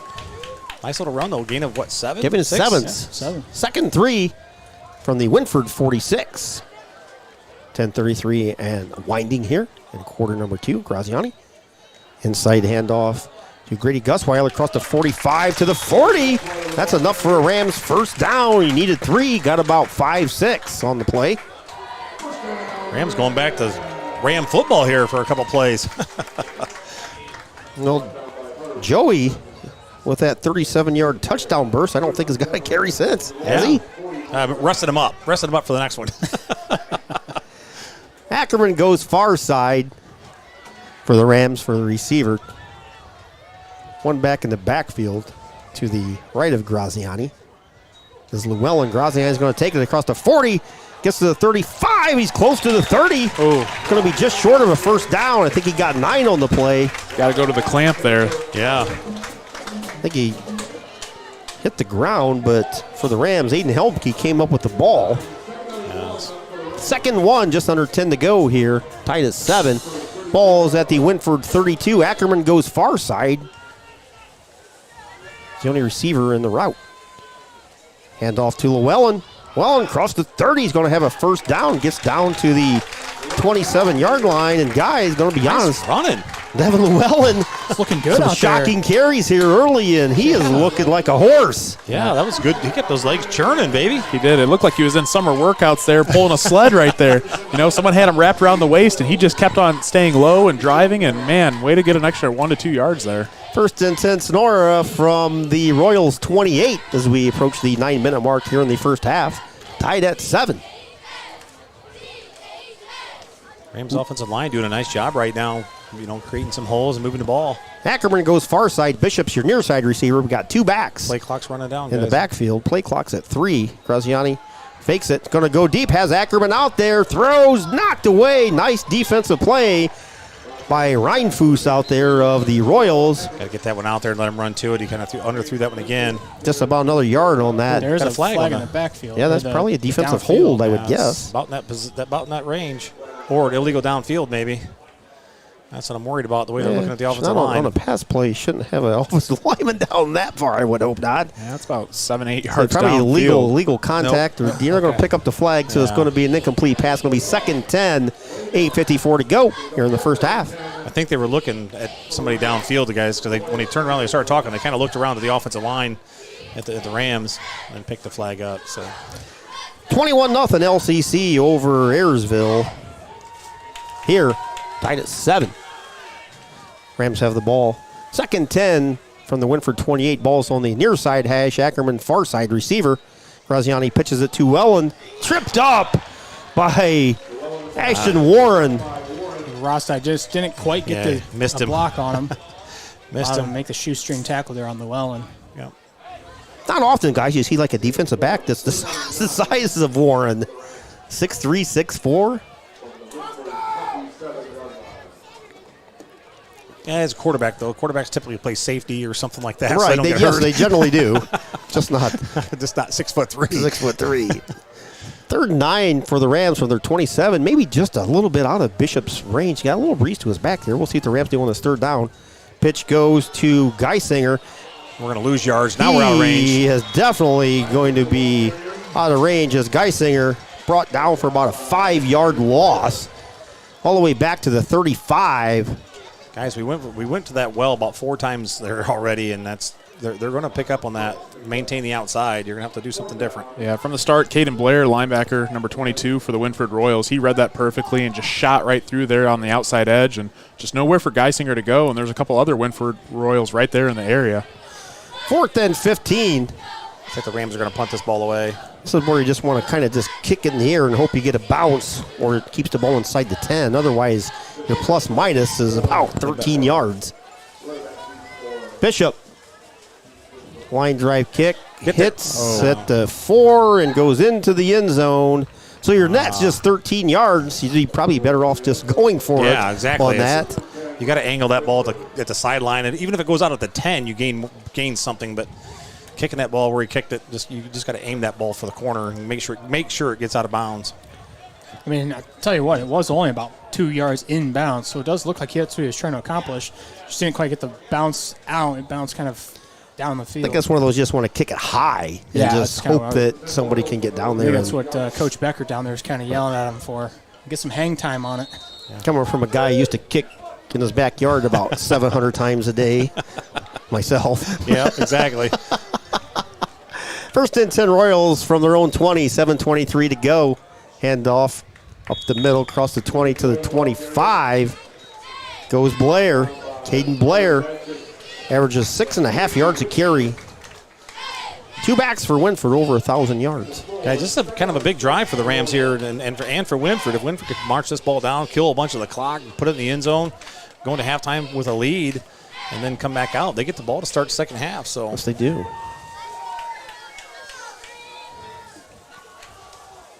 Two receivers near side. Warren under center, 2 backs in the backfield. Handoff to Blair, tripped up as he crosses the 25, falls forward. No, actually it's not Blair, that's Anthony Evans. Anthony Evans, yeah. Going to be a couple yards short of a first down. It's going to be 3rd and about 2 yards. But I tell you what, guys, Warren's a magician with the ball. He is. Definitely has bare hands and hides the ball well. One of the better quarterbacks we've seen in the last couple of years with hiding the ball. His fakes, honestly really remind me of Nolan Schaefer. Yes. Nolan was just a quarterback here for the Rams a couple of years ago, and Nolan did a phenomenal job with his play action and those fakes. Yeah. Speaking of, we had a comment a little while ago from him from Madison, Wisconsin, so still thinking of you, Nolan. 3rd and 2, and I don't think that he got it. Blair was fighting over the left side, and he is going to be big decision here for Wynford. I don't think you go for it from your own 29, but we'll see. I tell you what, that's a big decision here. Yeah, shout out to Nolan, traveling with the Ohio State Buckeyes. Big game tomorrow night at Whiskey for the Buckeyes. One of those night games that's just a nightmare for the Buckeyes to play at Wisconsin at night. But thanks, Nolan, for tuning in. We appreciate you, as always. Watch the ball here. They're going to try to draw you off sides. One thing. They're going to do a hard count. 4th and about a half a yard for Wynford. 5:24 and winding here. We are tied at 7. Warren going under center. 2 backs in the backfield. Warren takes a snap. They're going to hand it off to Blair, and he did not get it. Blair still trying to get there. Oh, I don't know. The referee over there. No, he's marking at the 30. The far side ref. Their They're not side even ref gonna says measure it. first down. Not even going to spot the ball first. He's just giving them first down. Dude, you got to measure that. It's not the 30-yard line. It looked like he was initially short. He was way short. He didn't even get back to the line of scrimmage. He was knocked backwards. Yeah, they spotted him a yard at least in that carry. They're not even going to measure the OHSAA. This is absolutely ridiculous. I'm telling you. I don't know what you're trying to do by not measuring for those, but that ball, it was not even close. Yeah, he did not. I don't believe he even got to the 30. I cannot believe you cannot. I cannot believe if you. And I talked to an Ohio State referee. If you ask for a measurement, they're supposed to measure the ball. So first down Royals at the 5-minute mark. You have a whistle before the snap. So I talked to an OHSAA official, and he told me that if a coach requests for it to be measured, they're supposed to measure it just to take away all the controversy. And I tell you what, that was, if there's any controversy, that one would be it right there. Ended up being a false start there by the Wynford Royals. backs them up 5. It's going to be 1st and 15 from their own 26. 4:52 and winding here in the first half. Tied at 7. Warren under center. 2 backs in the backfield. Hands it off to Evans. Evans breaks it off the left side. Gets about 13 of the 15 that he needed for a first down. It's 2nd and short for the Wynford Royals. Nice play call there by the Royals. The Rams had that right side all overloaded, and the Royals ran to the opposite side where there's no Rams. So excellent call, and Royals pick up 7. Probably got a second here, guys. I just noticed, like the first time in 25 years, that far side concession stand is open. I didn't know it was still operable. Yeah, they do. No lights in it, but handling everything out in the dark. It was last working when we were in school. Warren inside handoff to Blair. Again, one of those handoffs is very deceptive. Going to be enough for a first down. Blair needed 2. We got 3, probably 4. So at the 4-minute mark, the Royals with another first down at the Tinora 41-yard line. I tell you what, the Royals really like those quick hitters, and I believe that was the one that Blair scored on earlier in the game as well. Yep. I was going to say, that was the same, like the exact same play. Just a quick handoff right up the middle in the A gap, and there he was able to pick up a first down, but it's just so quick and so deceptive at how quick things happen. Royals break the huddle with 8 on the play clock. Warren hustles to the lines at 4. Gets under center. Warren going to quarterback, keep it off the left side. Across the 50, 45, 40, 35, 30. Huge gain for Warren and the Royals. Close to 30 yards. The Rams, I think Coach Becker needs to call a timeout and regroup the Rams here. I think they're still upset about that first down and kind of getting their butts kicked here a little bit. Luckily, Graziani was there to make the touchdown-saving tackle. He was the only one out there. He was. Slowed him down enough. He had some help coming from behind. So 1st and 10, Wynford Royals from the Tinora 30. 3:20 and winding here in the opening half. Tied at 7. Ball's on the far side hash. One receiver near side. Reinfuss, hand off to Blair over the left side, gets to the 25, scratches a couple more, maybe to the 23-yard line of the Rams. Guys, I'm going to be honest. I haven't seen the Rams really dropping the hammer like they normally do today. Normally they're flying to the football. We look a little sluggish. Gain of 6, 2nd and 4 from the Tinora 24-yard line. 2:50 and winding here in the opening half. 2 timeouts for each team do remain. Near side receiver is Jake Stover. Far side receiver. Handoff. Goes to Anthony Evans. Oh my gosh. Going to have a late personal foul on the Rams. Going to call that on Graziani. He was still in the still spinning down. He was still spinning. I don't understand why they're going to call that a personal foul. It wasn't dirty. I mean, I know it was a little late, but it didn't have any kind of effect on the play. No, actually, I think he hit more of the ground than he did of anything else. Gee, Merry Christmas. Still talking out there, but I don't think they're going to pick this one up, guys, unfortunately. If you're not blowing the whistle, then you got to let him hit. If you're going to If you're gonna let him. Oh, they're calling targeting. Wow. They call it targeting. Jeez. Wow, this is something else, guys. Wow.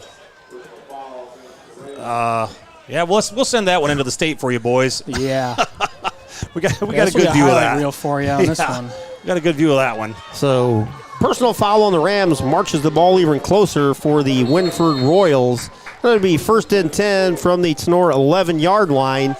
Say, if you don't want that hit to happen, you got to blow the whistle. Yeah, the play's still live. 2:30 to go. Warren under center. Inside handoff gives it to Evans. Evans still fighting. Gets to about the 3 where he's pushed back. Gain of 7 on the play for the Wynford Royals. A big goal line stand here for the Rams to see if they can stop them getting in, but it's going to be a tough task from the 3-yard line with 3 shots at it. Yeah, Wynford can get a first down. Oh, yeah, I didn't realize they could. Yeah, they can get a first down at what, about the 1? 2nd and 2 from the 3. They can get a first down at the 1. We're under 2 minutes to go here. We are tied at 7 here in the first half. You're going to see Wynford milk this down to at least under a minute here. Warren breaks the huddle, sends one receiver near side. That's Reinfuss.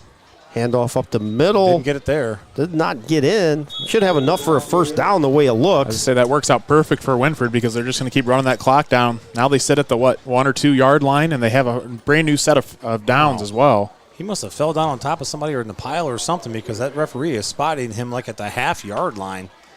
Looked like he was stopped way shorter than that, but... It's inside the 1. We have a whistle, timeout on the field. We have an official Are we gonna timeout. measure? What the... For the first, Oh my God. We're going to measure. first measurement of 2023 coming up. Might be the first measurement in the last 2 years that I've seen at Tinora games anyways. Wow. They're going to bring the chains out. We don't even know who these guys are. Yeah. We haven't seen. Half yard. I mean, the ball's at the half-yard line. I thought he was stopped shorter than that. But That Plasman? Looks like Plasman. Plasman. Out there. Stretching the chains out. The officials are. First and goal, Wynford from the Why didn't we measure that back here at the 30, guys? Tinora Rams would have the ball now. Tinora 1 yard line. Jesus. 1:15 to go here. Wynford with 2 timeouts remaining. Tinora with 2 timeouts remaining. Game's tied at 7. All the action in the first quarter. Neither team has scored in the second. Closest either team has scored here.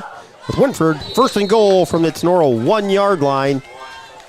I think it's going to be next to impossible for the Rams to keep Wynford out of the end zone here from the half-yard line. Perfect opportunity for a turnover. Yeah, that's the only thing that's going to help the Rams. Warren goes under center. He's going to keep it himself. He's going to try and get in. I think he's in. Oh, yeah. 6'4" frame, leans it out there and puts it in. Ashton Warren with a 1 yard touchdown run at the 55-second mark here in the second quarter. Gives the Royals a 13-7 lead. Alec Shaw, I believe it's Alec Shawbon. Is that who's trying to see who's down for That's Tinora? Askins. Askins, yeah. Graham down at the goal line. Emily out there with Coach Becker. Going to go check out on Graham. So Ashton Warren gives Elmwood a 13-7 lead. 55 seconds to go here in the first half. Well, we got a second while they're checking on Graham out there. Get some scores from around the area. I'm trying to keep an eye on Graham. Make sure he's all right. See what we got. Coach Becker out there with Emily. I think the Wynford trainer is also out there offering her service. Graham's over on his back. Liberty Center 42, Elmwood nothing. Bluffton 35, Paulding nothing. These are second quarter scores. Archibald 22-0 over Fredericktown. LCC, Lima Central Catholic with a 21-8 lead over the Ayersville Pilots. Napoleon 14, Bellevue 12, second quarter. Pandora Gilboa and Lipsick. Lipsick with a 14-13 lead on the road at Pandora Gilboa. Columbus Grove 22, Lakota 3, as they're still out there with Graham. Crestview, the Knights from Convoy with a 14-0 lead over Calvert. The Senecas from Tiffin. That's kind of surprising. Yes. St. Mary's 28-0 lead over Wauseon in the second. Defiance 14, Bay 7. That's at the half. West Holmes 22, Bryan 14 in the second quarter. Patrick Henry 32. North Central nothing. That is second quarter action. No score from Antwerp and Arlington. They are tied or scoreless in the second quarter. Wow. I'll tell you what, that Bryan game kind of surprises me. That Bryan had a really long haul to get all the way over there. That's about the 3 hours and 20 minutes, the longest drive, I think. Probably the longest drive in the state, I'm guessing. We broke it down, and I believe they were going to be there almost 11 hours. So, I mean, 3 hours there, 3 hours back, a 3-hour game, really probably 9 to 11 hours. It's unbelievable.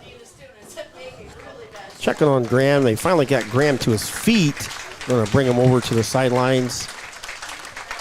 Coach Becker and Emily out there. Hopefully he'll be okay after halftime. I'm not sure what seems to be going on. I don't see him checking a knee or leg, or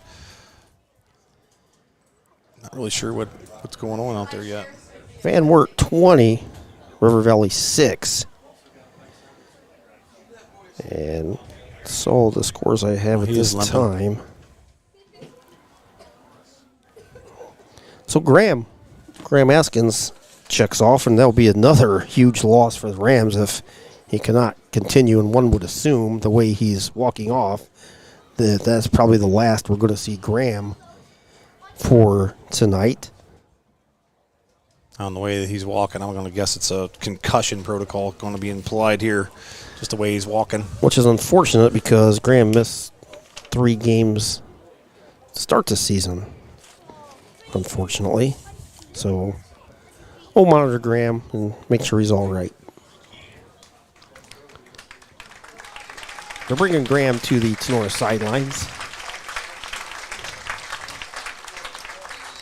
assisted by some of his teammates. Well, the Royals have taken a 13-7 lead here, 55 seconds to go in the half. Emily's over there with Graham as they're walking him over to the Tinora bench. I don't know. She's kind of looking at his leg as he's walking. I don't know. We'll find out. We'll try and get some information if we can from Kim or Charlie. Guys, Wynford's going on something a little bit different here. They're trying to muddle huddle. Yeah, that's what they did last time. Then they ended up moving everybody in. But extra point by Orlando Casares coming up. Warren on the hold for Wynford. Kick. Oh, boy. But it's good. So the first time they were pretty close, but that time I think they're even closer. They got to be about an inch away from getting that finger on that ball. Royals with a 14-7 lead, and we'll be back right after this here on your Drop Zone Pizzeria scoreboard. 55 seconds to go in the half. 14-7 Wynford over the Tinora Rams. Hey, you! Are you looking for the best burger around? For the last 2 years, Firestone Tavern has brought home the award for best burger in the region. Firestone Tavern is also the area's go-to for wood-fired pizza, amazing appetizers, and so much more. Chef Aaron and his fantastic staff are here to serve nothing but the best to their customers. Be sure to stop out after the game for ice-cold drinks and all the games on TV that you can ask for. Located at 211 Carpenter Road at the Eagle Rock Golf Course. Hours of operation are Monday through Saturday, 2 p.m. to 10 p.m., and from Sunday, 11 a.m. to 10 p.m. Looking to place an order? Give them a call at 419-785-4015 or order online at firestonetavern.com. Firestone Tavern wishes the very best to the Tinora Rams. Back at Just Enough Caruso Stadium, Wynford with a 14-7 lead, 55 seconds to go in the half. See what the Rams can do, if anything, on offense, if they wish to do so, because we said, as Coach Fairchild said, Wynford does get the ball start of the second half. Rams do have the wind and 2 timeouts, I believe, right? So they do. They could. Line drive kick picked up by Rostai at the 30.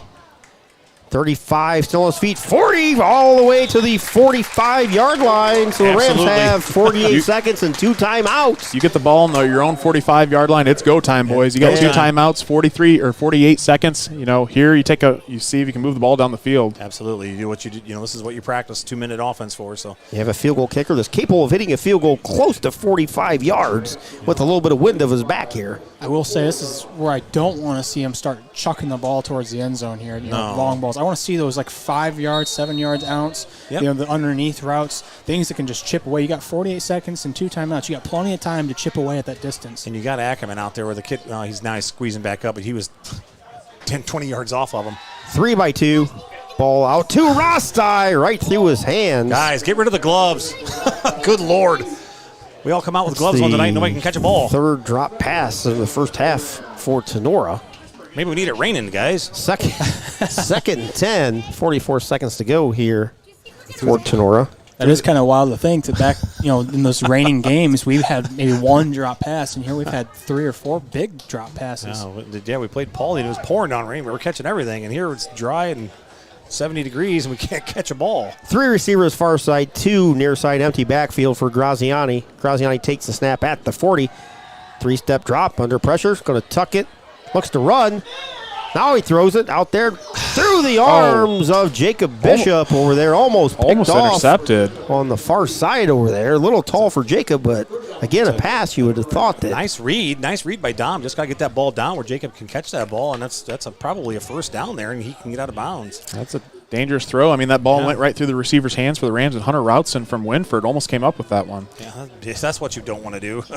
Give the ball back to them, and it's a big third down here, guys. We either got to convert or, you're going to have to give them the ball back. I think you're going to see the Rams run the ball here. Just try to kill the clock. 3rd and 10 from their own 44. 35 seconds do remain. The thing is, Wynford still has 2 timeouts as well. Graziani takes the snap, looks under a little bit of pressure, throws it out to Gus Weiler in the backfield. Grady catches it to 50, shakes the tackler off. Should have the first down. Going to be close to a first down. No, they're going to mark him short. No, he's marking him. He's saying first down. First down for the Rams. He doesn't even have the ball in his hands yet, and he's giving him a first down. Near side official. They're already moving the chains, boys. Pretty sure that he was about a half a yard short, if not more. First down Rams. That one even benefits Tinora, and I'm still stunned. This guy's got eagle eyes. Got eagle eyes. You can see it from 52 yards away. Clock still runs for whatever reason. Graziani under pressure. Steps up, throws it deep down the far sideline. Ackerman out there just out of his reach on the inside the 10-yard line. Hit it about the 5. Need another step, and Ackerman would have had a chance at a touchdown reception, but unfortunately it falls harmlessly incomplete. There's 8 seconds to go here in the half. Still got both timeouts here. We can throw one in the middle and call a timeout, but you don't have much time to run. Being at the high school level, I think this is one, you don't risk running 2 plays. I think you just run a Hail Mary and just try to throw it up in the end zone. I don't know that they can actually make a completion and then burn the clock or stop the clock. So I think you might see a Hail Mary here. 2nd 10 from the Wynford 44. Graziani can throw it that far. Low snap. Under pressure, he's going to truck it and run. Rams need to take a timeout.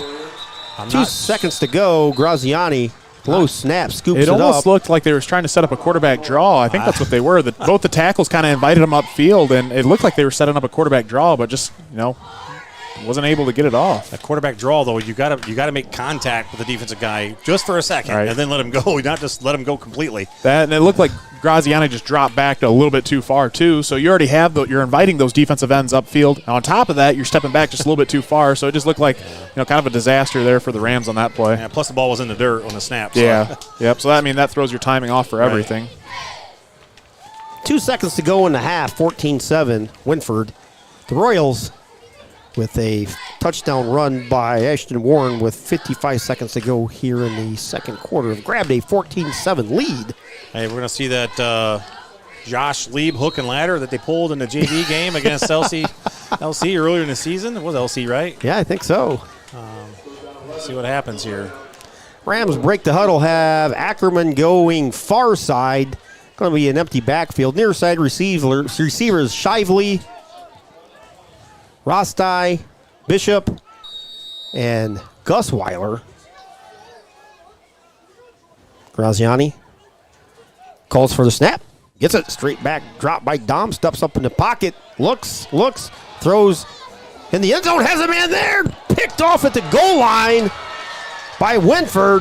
Caden Blair. Make the tackle. There you go. Just make the tackle. Open field tackle by Rostai. Helmet goes flying, and that will end. Oh, wait. There's a flag on the field, guys.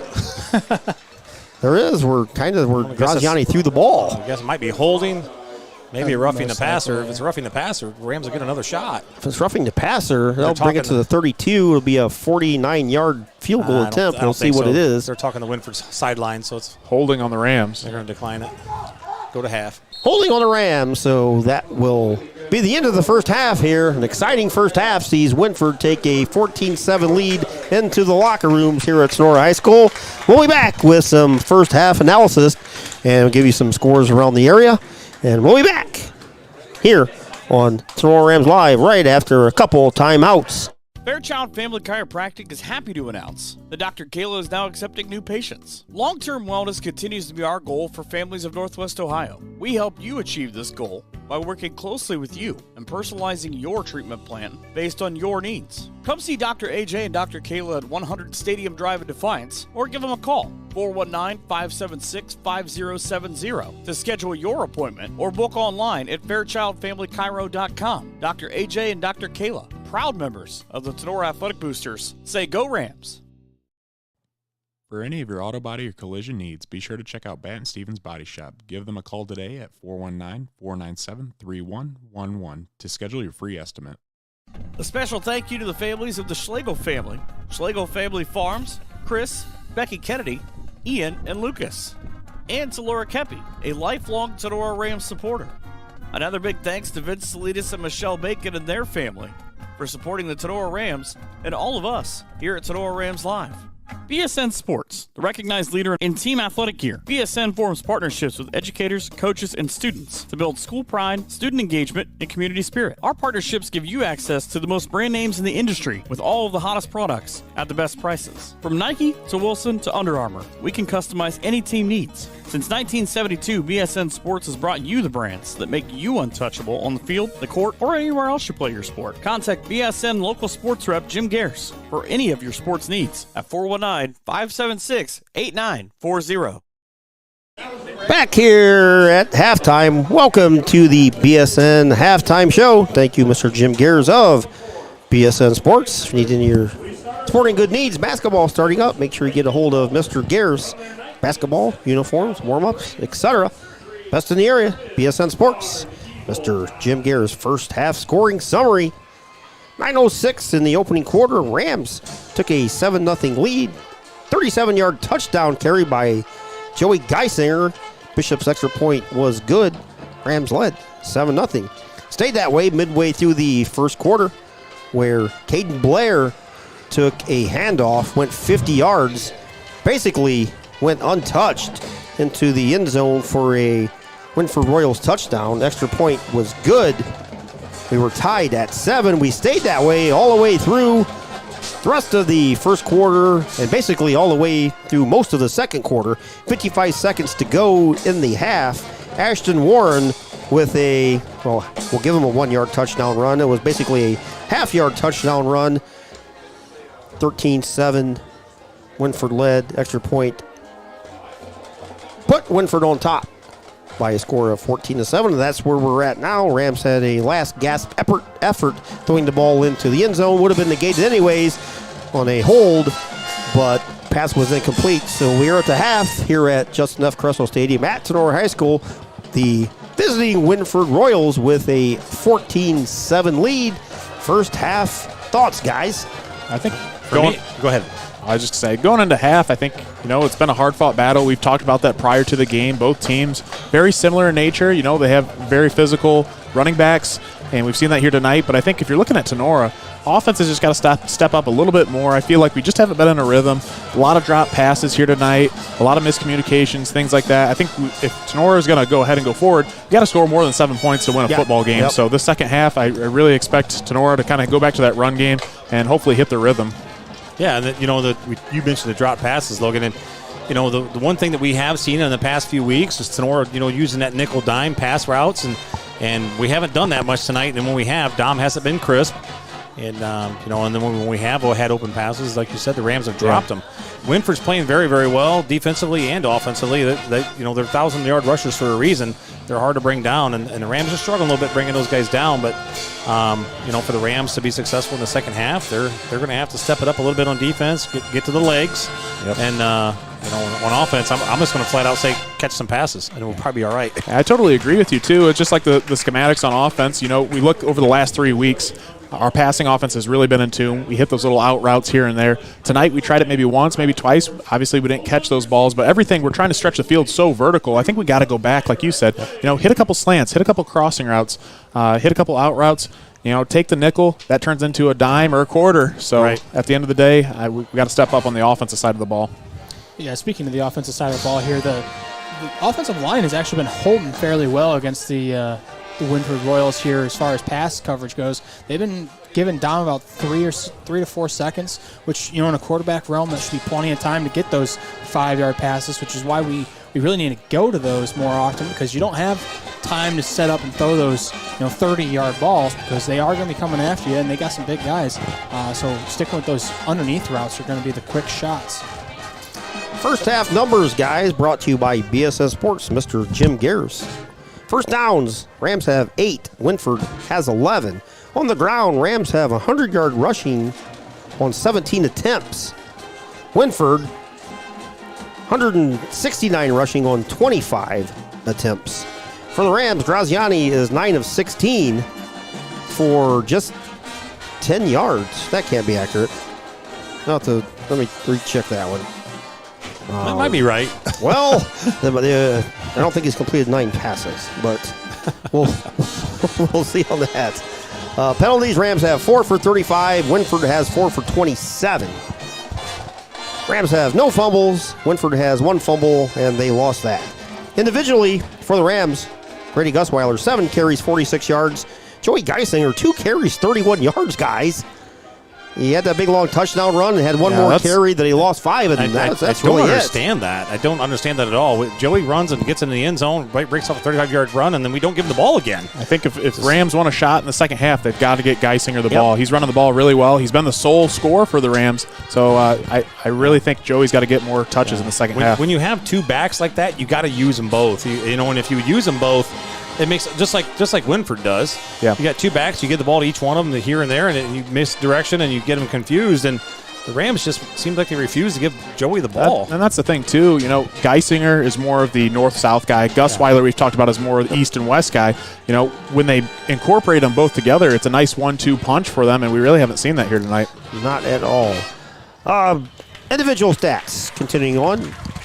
Graziani, 5 rushes, 11 yards, and Devin Llewellyn has 3 for 12. The only reception in the first half was Grady Gusweiler, 1 catch for 10 yards. Individually, for Wynford, rushing-wise, Anthony Evans has 4 carries for 42. Caden Blair has 11 for 90. And for Ashton Warren, he has 5 carries for 37 yards and does not have a completion for, maybe that's 1 for 10. Graziani's 1 for 10 with an interception, which was right before the half. Basically threw it up, Hail Mary. So Graziani's 1 for 10 for 10 yards, maybe 16 yards passing. 1 for 10, 16 yards passing. When you don't do your own stats, sometimes you can't read writing, but Sean and Kiersey do a great job. Don't get me wrong. Sometimes things come through a little fuzzy on our stat page. That's a half. Wynford 14, Tinora 7.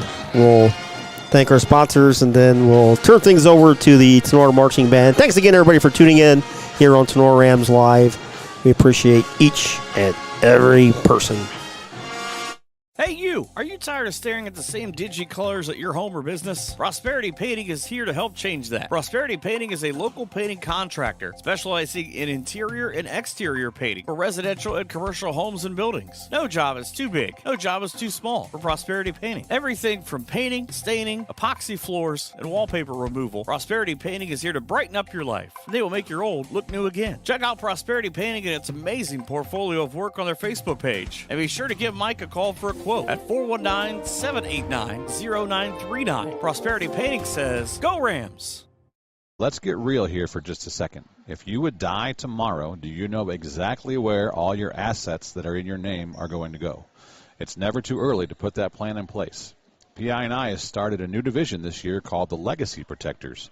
We've partnered with a nationwide network of attorneys so we can help facilitate legal estate planning documents at a much lower cost on average than you can get by going directly to an attorney's office. These documents include, but are not limited to, financial and health care power of attorneys, a living will, and a revocable living trust. In most cases, these essential documents are so important to get put in place to ensure that all your assets go exactly where you want them to go after you pass away. Whether it's to family, friends, church, or charity, don't leave those decisions up to a probate court to decide for you. Give us a call today for a free consultation at 419-782-2500 or stop out and see us at 2014 Baltimore Street in Defiance, Ohio. The Legacy Protectors at Postema Insurance and Investments, protecting everything you've worked for.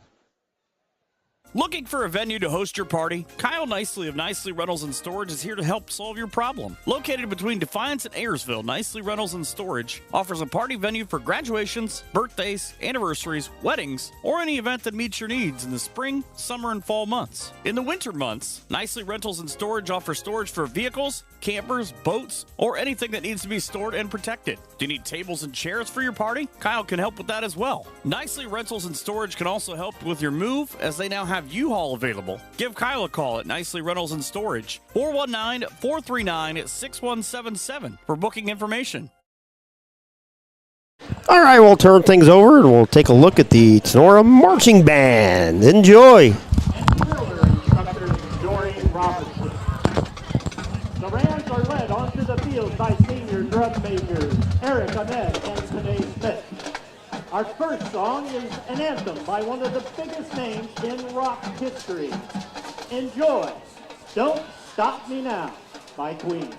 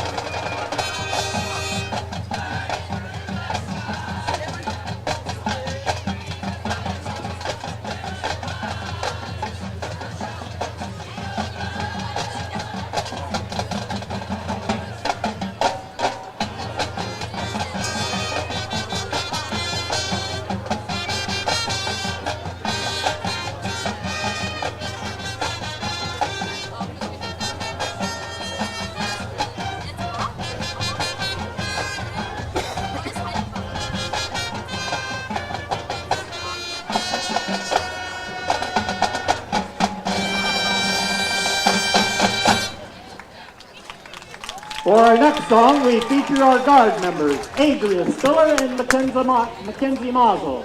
A hit made famous by guitarist Santana and Matchbox 20 vocalist Rob Thomas. This is Smooth.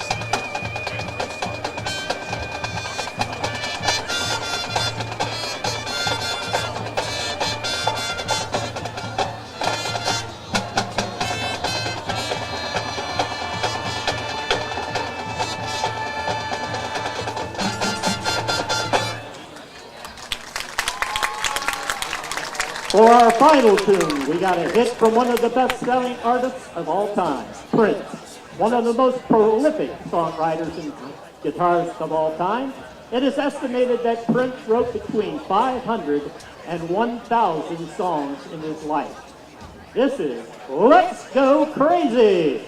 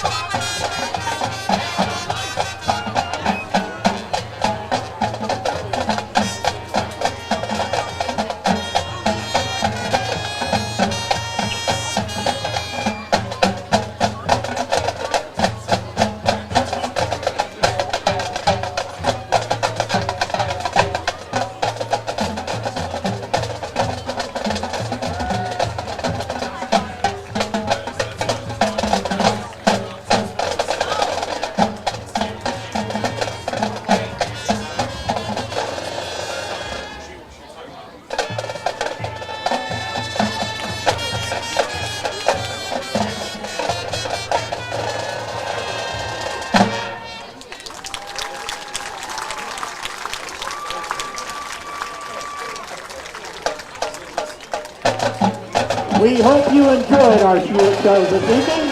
Enjoy the rest of the game and have a great weekend. And go Rams!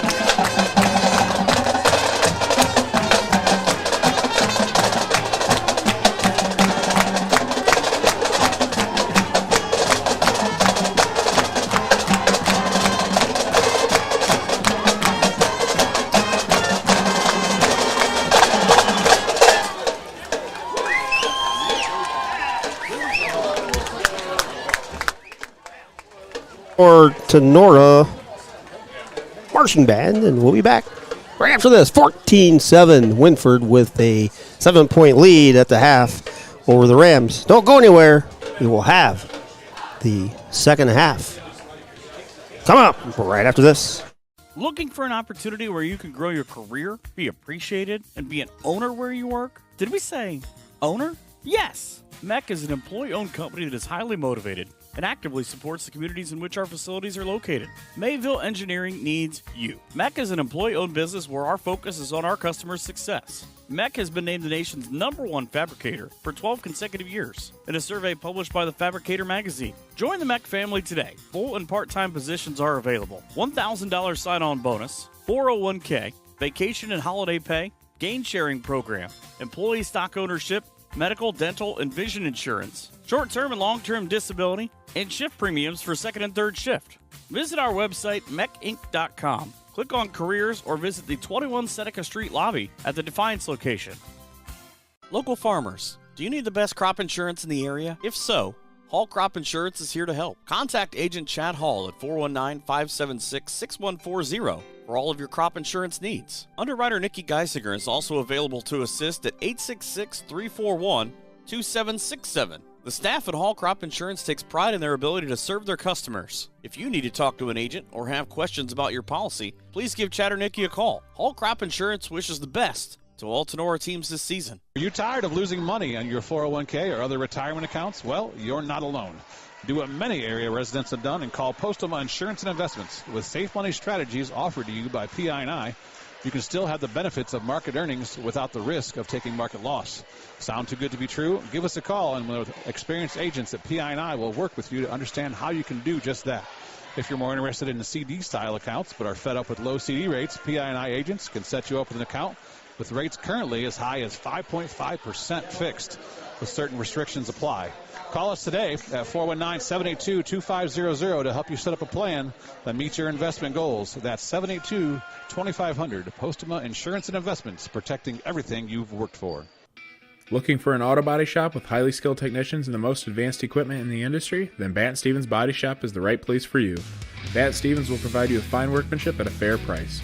Our skilled professionals are committed to providing a quality and safe repair on every job like your life depends on it, because it truly does. Bat Stevens is an iCar Gold Class Collision Repair Shop, ASE Blue Seal of Excellence business, and the area's #1 body shop voted on by Crescent News readers. Located in downtown Jewell, Ohio. Give us a call today at 419-497-3111 to schedule your free estimate today. Bat Stevens Body Shop says good luck to all Tinora Ram athletic teams, and go Rams. Are you looking to build that nest egg for retirement, or just looking to start a small investment portfolio for your family? Bidlack Insurance and Financial Services of Defiance has you covered. Tim Bidlack of Bidlack Insurance and Financial Services has over 10 years of investment experience and can assist in estate planning, IRAs, 401k investments, and other financial planning areas. Are you looking for home and auto insurance? Matthew French can assist in those areas. At Bidlack Insurance and Financial Services, they will work one-on-one with you to make sure that your home, auto, or business is protected. Bidlack Insurance and Financial Services, located at 912 East 2nd Street in Defiance. Give Tim a call today for a free quote at 419-438-0023, and be sure to visit them online at bidlackinsurancefinancials.com or even on their Facebook page. Bidlack Insurance and Financial Services wishes best of luck to all Tinora Rams athletes this season. BSN Sports, the recognized leader in team athletic gear. BSN forms partnerships with educators, coaches, and students to build school pride, student engagement, and community spirit. Our partnerships give you access to the most brand names in the industry with all of the hottest products at the best prices. From Nike to Wilson to Under Armour, we can customize any team needs. Since 1972, BSN Sports has brought you the brands that make you untouchable on the field, the court, or anywhere else you play your sport. Contact BSN local sports rep Jim Garris for any of your sports needs at 419-576-8940. Have your hair and nails gotten out of control over the past few months? Cut and Polish Salon of Defiance. Welcome back to the Cut and Polished Hair and Nail Salon broadcast booth. Winding down the halftime activities, which I actually don't know that they reset the clock in the playoffs. Maybe that's what. But regardless, it is 14-7 Wynford here as teams are out of the locker room. Went through pregame. Went through warm-ups after. Coming out of the locker room, it's the Royals with a 7-point advantage over the Rams. Hopewell Loudon with a 19-7 lead over Montpelier in the game was kind of shocking. Bluffton 49, Paulding nothing. LCC 28-8 lead over Ayersville. Archibald 30, Frederickstown nothing. Napoleon 21, Bellevue 12, Lipsick 14, Pandora Gilboa 13, Columbus Grove 29, Lakota 3, Wauseon and St. Mary's 28-0 over Wauseon, and Defiance 14-7 lead over St. Mary, or over Bay. 6-0 Antwerp leads Arlington. That score is at the half. Wow, that's a lot closer than I think anybody probably thought it was going to be. Rams will kick to the Wynford Royals to start. Bishop has the ball at the 40. He's going to kick it right to left. Bishop toes into it. Deep kick. Chases Blair all the way back to the 5. Across the 20. Just the 25. Close to the 30. Nice return there by Caden Blair to start Elmwood's first drive here in the second half. He's down. Blair, uh-oh. Say Trent Delara put a shoulder right in his stomach, so may have knocked the wind out of him.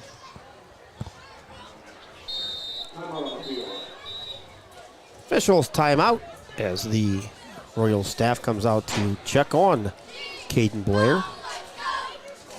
Run through the scoring summary while we got a split second. Rams took a 7-0 lead on a Joey Geisinger 37-yard touchdown run. That was with 9:06 to go in the first quarter. Royals tied it up at 7 on a Caden Blair 50-yard touchdown midway through the first. And the only scoring was right before the half, where Ashton Warren with a 1-yard touchdown run with 55 seconds to go gave the Royals a 14-7 lead. And that's where we are now, where Caden Blair, decent kickoff return, got it to the 30, is now down And the Royal staff is out there. I think they're checking his leg, but it's helped up. Well, maybe not. No limp whatsoever. Appears to be fine. So Blair will probably miss a play or two, but looks like he's going to be back. I think he just got the wind knocked out of him there. That's what it kind of looked like based on where he got hit by DeLarber. It was kind of the shoulder pad right into the middle of the abdomen there. Knocked the wind out of him a bit. Yeah, he'll come out for one play for sure. But yeah, sorry about that, Jenny. I mean, I thought I replaced that commercial, but I apparently did not. So I apologize again. Way to go, Keith. We'll get that fixed. I mean, try to do the best I can, but sometimes you miss stuff. Maybe I replaced it on Michael's board and not mine, I guess. We have two separate boards that we used during our broadcast, and I must have replaced it on the wrong one. Oh, boy. Anthony Evans takes the handoff across the 30 to the close to the 35. Richardson grabbed him by the hips, or he was gone, boys, because he had a seam there. And Richardson just kind of turned around and grabbed him, was able to drag him down from behind, or else he might have been gone. 2nd and 4 for Wynford. Rams defense will have to step up here and try to get a stop.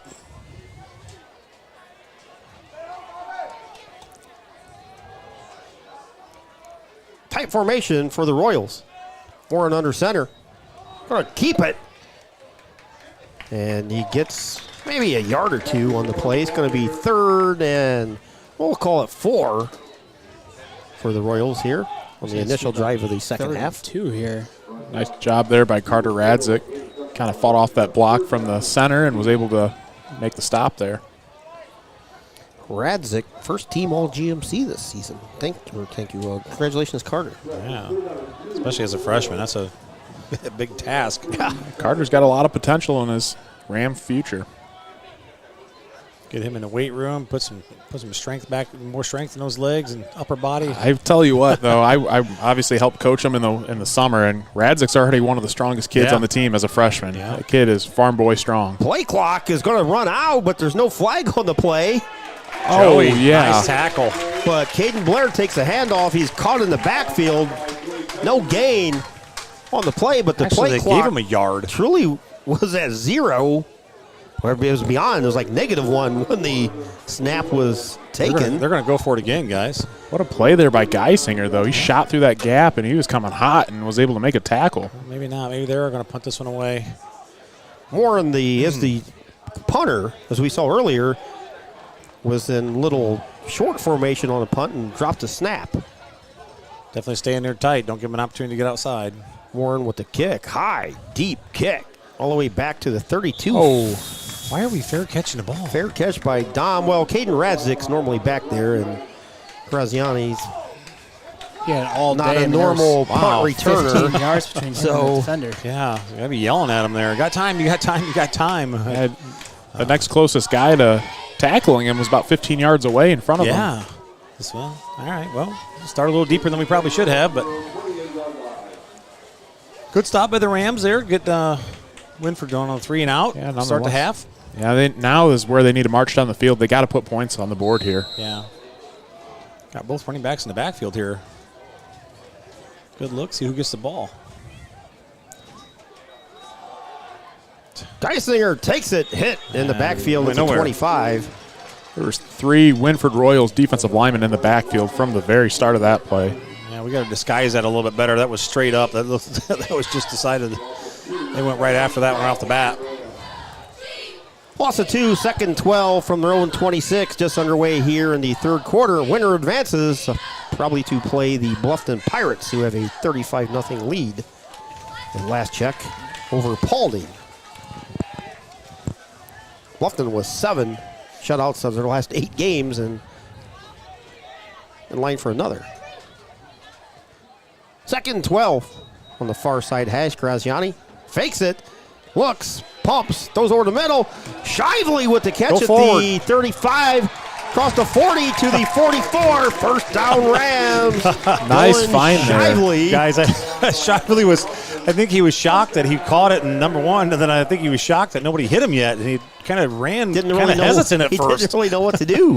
What a play there by Graziani, though, too. I don't know if you guys saw, he was kind of scrambling around. He almost slipped. Yep. He set his feet, and then he found Shively coming right across the middle. Nice job by Graziani. That's a huge play. First and 10 Rams from their own 43. Rams trail 14-7. Graziani takes a snap. Goes a little bit to the far side. Now they're going to tuck in and run. Moves up to the 45 to the 50. You get a couple yards out of that. Absolutely. Significant yards out of that. 8 yards. 7, maybe 8 for Dom. Going to be second and short for the Ram offense. 7 yards. Something I liked about that one at the very end, Dom finally, he went to the clamp there. You know, we talk about this clamp. What is that? It's bringing that opposite arm that's not carrying the ball to cover it when you come into times of contact. Yes, definitely need ball security at this point of the season. Double skin into football is what we call it. Put both arms on it. Rams break the huddle in the second and 3 from the 50. Near side hash, Graziani handoff to Guswell. Actually keeps it. Goes off the left side, falls forward to the 45, and that's going to be a gain of 5 and a Rams first down. Nice ball fake by Dom. Yeah, excellent job. You know, he read that defense perfect on the read option. He pulled it, and the defensive end just kind of shot down a little too far, and Dom was able to pick up a nice gain. Yeah, we guys, remember, we talked about this at halftime, going into halftime, and what the Rams need to do, and just take the nickel dime, baby. Just keep the ball moving. First and 10 from the Royals, 45, near side hash, 7:20 and winding here in the third. It is 14-7 Wynford over Tinora. You got Ackerman one-on-one down here. Graziani straight back No drop. Looks, near side, throws it out there. Grady Gusweiler with the catch at the 25-20, 15-10. Oh! Bounds at the 3. He tried to walk the tightrope. It was pushed out of bounds that they're going to mark him back. Looks like about the 9. At maybe the 10. That's a 35-yard gain. And you could tell before the snap, Grady went over there beside Dom and kind of whispered something in his ear. Yeah, about the 9-yard line. That's where they got the ball marked. That's nice replay there. First and goal, Rams. Replay by Fairchild Family Chiropractic. Stop out and see Dr. AJ and Dr. Caleb. That's the thing that's crazy. Grady's actually one of the leading receivers on the team in terms of receptions. Yes, I think he's the highest number.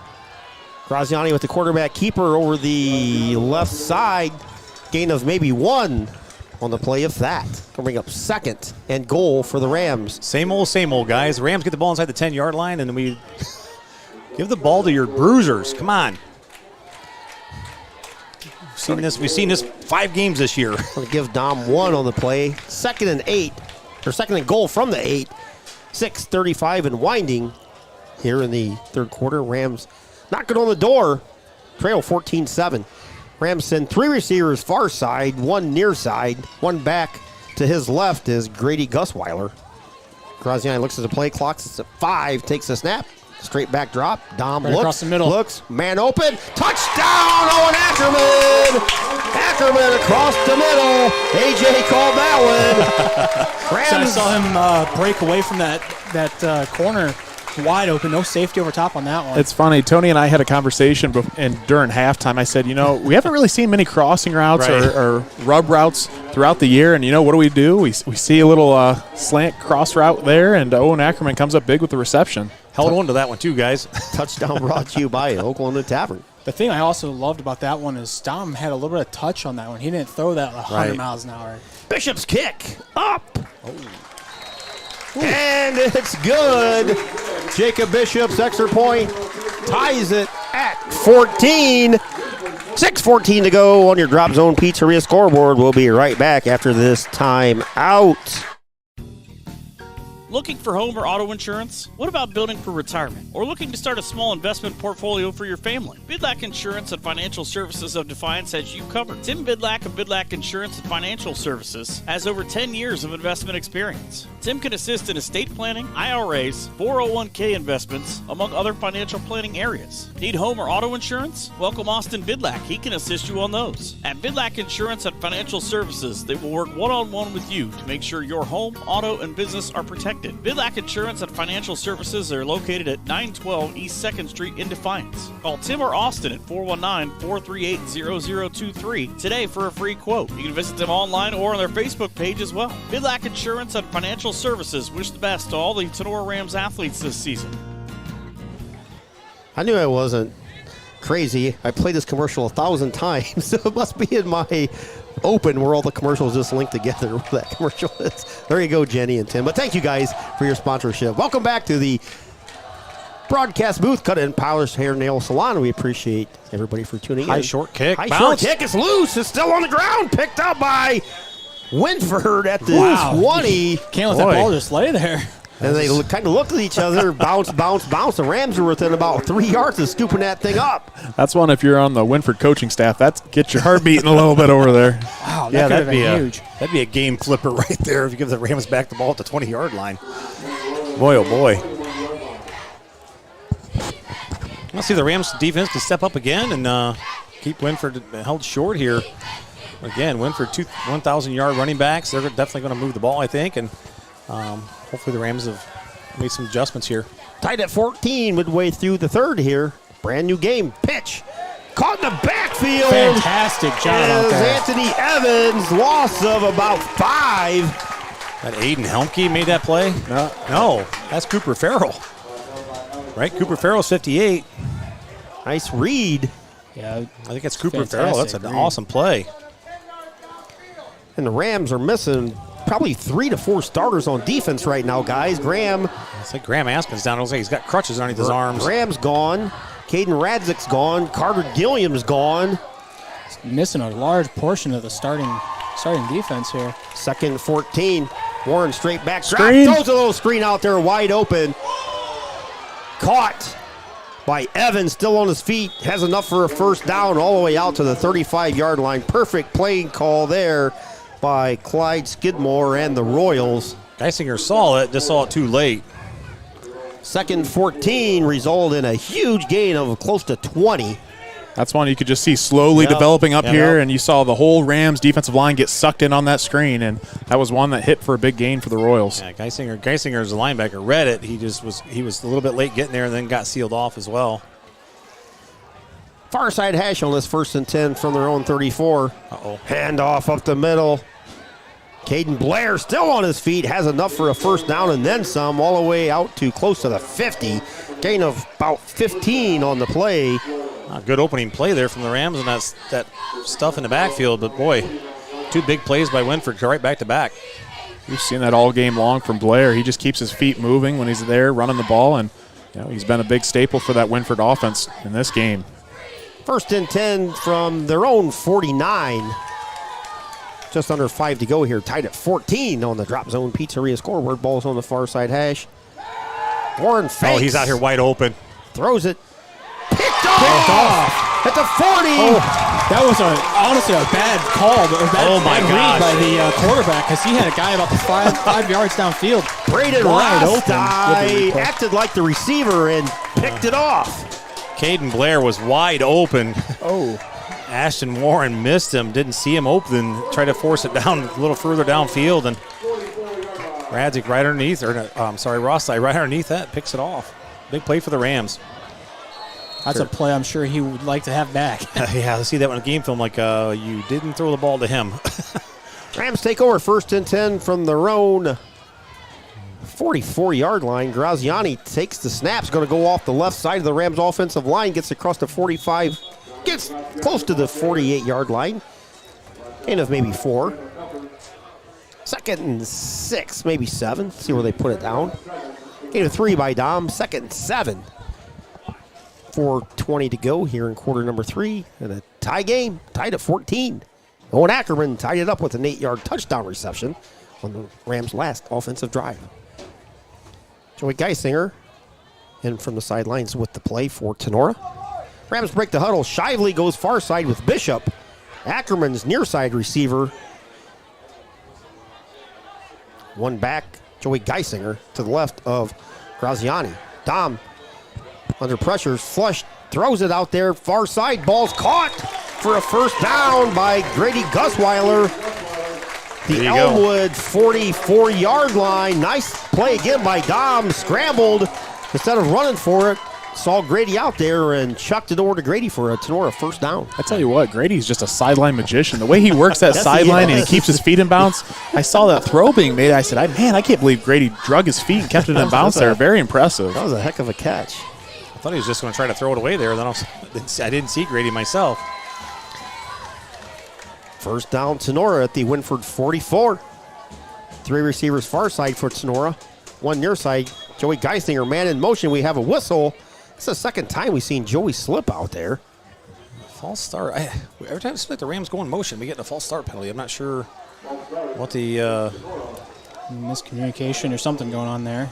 He didn't move towards the line, so I'm not sure what actually the penalty would be, but 5-yard penalty marches the ball back 5 yards. It'll be first and 15 from the Wynford 49 for Tinora to 3:44 mark. Penalties like that just kind of kill a drive sometimes. You know, you're moving the ball, you got a first down, big first down, then you get a penalty. You know, just kind of like, ugh. It's like shoot yourself in the foot. Yeah, so let's see if the Rams can recover from this one. Ball's on the far side hash. Graziani takes a snap under pressure. Tries to get something out of nothing. Maybe got a ball back to the line of scrimmage. It's going to be 2nd and 15 for Tinora. Offensive line is kind of non-existent on the corners right now. It's getting beat up. Graziani came up limping after that one. He kind of got rolled up on and jogging over to the sideline. He's got a little gimp in his step. Napoleon with a 34-18 lead over Bellevue. That's awesome. Check on Defiance if I can find them. 14-7. That's in the fourth quarter. West Holmes and Bryan. It's 42-28. West Holmes. Montpelier holding tight with Hopewell Loud, and that's 19-7. It's a 15 seed against a 2 seed too. 2nd 15 for the Rams. Graziani takes a snap, fakes, gonna tuck it and run, gets tackled from behind. No gain on the play. Second straight play. Graziani's been under pressure, tried to make something out of nothing and didn't get anything. It's going to be 3rd and 15. Yeah, the Royals brought the house on that one. They had their linebackers creeping up, and they brought 6 or 7 there, and just nowhere for Graziani to go with the ball, and just didn't have enough time to get it off. Harrisville has cut the lead to 28-20 at the end of 3 against Lima Central Catholic down in Lima. Lima Shawnee, I think that's where that game's at. I believe it's what the Coach Mickey told us, playing at Shawnee because Lima Senior has dibs on the field down there. Yes, they do, to Spartan Stadium. 3 receivers near side, 2 far side, no backs. Graziani looking, has all day. Now he's going to tuck it and run. Graziani gets to about the 46, my apologies. 3rd straight possession, or 3rd straight play that Graziani's been under pressure and has had to tuck it and run.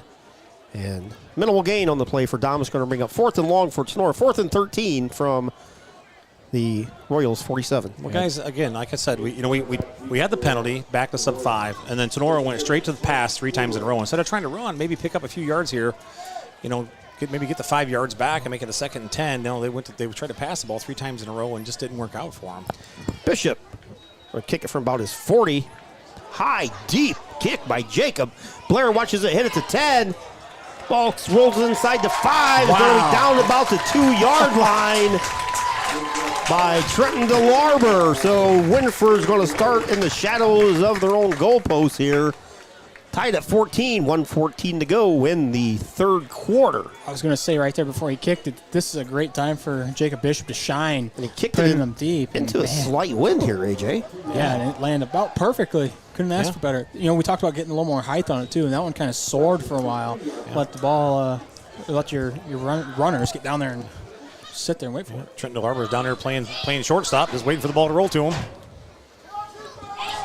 So the Royals start 1st and 10 from their own 3. 1:14 to go here in the 3rd quarter. Score is tied at 14 on your Drop Zone Pizzeria scoreboard. If the Rams can force a 3 and out here, they might start with great field position. Warren. The snap. The ball's got it. The Rams say they have it. They're signaling. We got it. Rams have the ball. A second time that Warren has bobbled the snap on the handoff, and this one at the most inopportune time.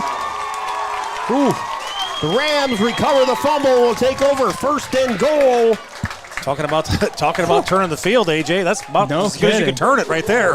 Nice job, too, there by Andrew Richardson, defensive tackle for the Rams, coming up with that big fumble recovery. Richardson with a huge recovery. First and goal from the 3, 1:06 to go in the third, tied at 14. Graziani takes a snap, gives it to Llewellyn. He's in for a touchdown. Devin Llewellyn, 3-yard score, puts the Rams up 20-13.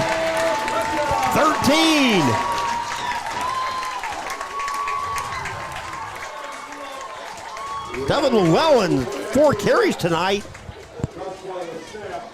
And 1 results in a touchdown. Coming off the bench and scoring a touchdown tonight. Bishop 1 for the extra point for Tinora. Jacobs kick up. And it's good. Touchdown brought to you by Oklahoma Tavern. Stop out after the game. See Brad and Julie. 21-14 on your Drop Zone Pizzeria scoreboard. 1:01 to go in the third quarter. We'll be back right after this here on Tinora Rams Live. Don't go anywhere. Strap on the seatbelt. We'll be right back. Looking for an opportunity where you can grow your career, be appreciated, and be an owner where you work? Did we say owner? Yes! MEC is an employee-owned company that is highly motivated and actively supports the communities in which our facilities are located. Mayville Engineering needs you. MEC is an employee-owned business where our focus is on our customers' success. MEC has been named the nation's #1 fabricator for 12 consecutive years in a survey published by the Fabricator magazine. Join the MEC family today. Full and part-time positions are available. $1,000 sign-on bonus, 401k, vacation and holiday pay, gain sharing program, employee stock ownership, medical, dental, and vision insurance, short-term and long-term disability, and shift premiums for second and third shift. Here, again, they didn't give us our full amount of time between commercial breaks. Flag on the kickoff. I'm not sure. This guy way back here threw the flag at the 50. He just picked it up and just carried it back to the 35. I'm not sure how you throw a flag way back here. It was like 30, 40 yards away from the action. I'm not sure why he picked it up and then moved it 15 yards. Don't we see what the flag is? Which now I don't even. No, it's still there. Isn't it? Yeah, he dropped it to 35. So we'll see what the flag is. We'll sort that out. But the return for Elmwood brought the ball to about the 25-yard line. I mean, where it's at, I'm going to guess it's a hold. Holding, yeah. I'm going to guess it's a hold, but there's not much else in that area that it could have been.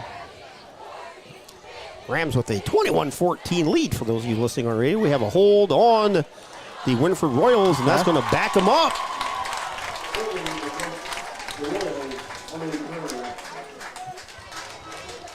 So the Rams with a huge turnover. Andrew Richardson with the fumble recovery on the last possession is 1st and 10 from their own 3-yard line. Fumble by the Royals resulted in a Devin Llewellyn 3-yard touchdown run. 1st and 10 from their own 12. Royals backed up again deep into their own territory. Ball's on the far side hash. Warren, the handoff to Blair. Tries to stay on his feet as he was hit at the 15.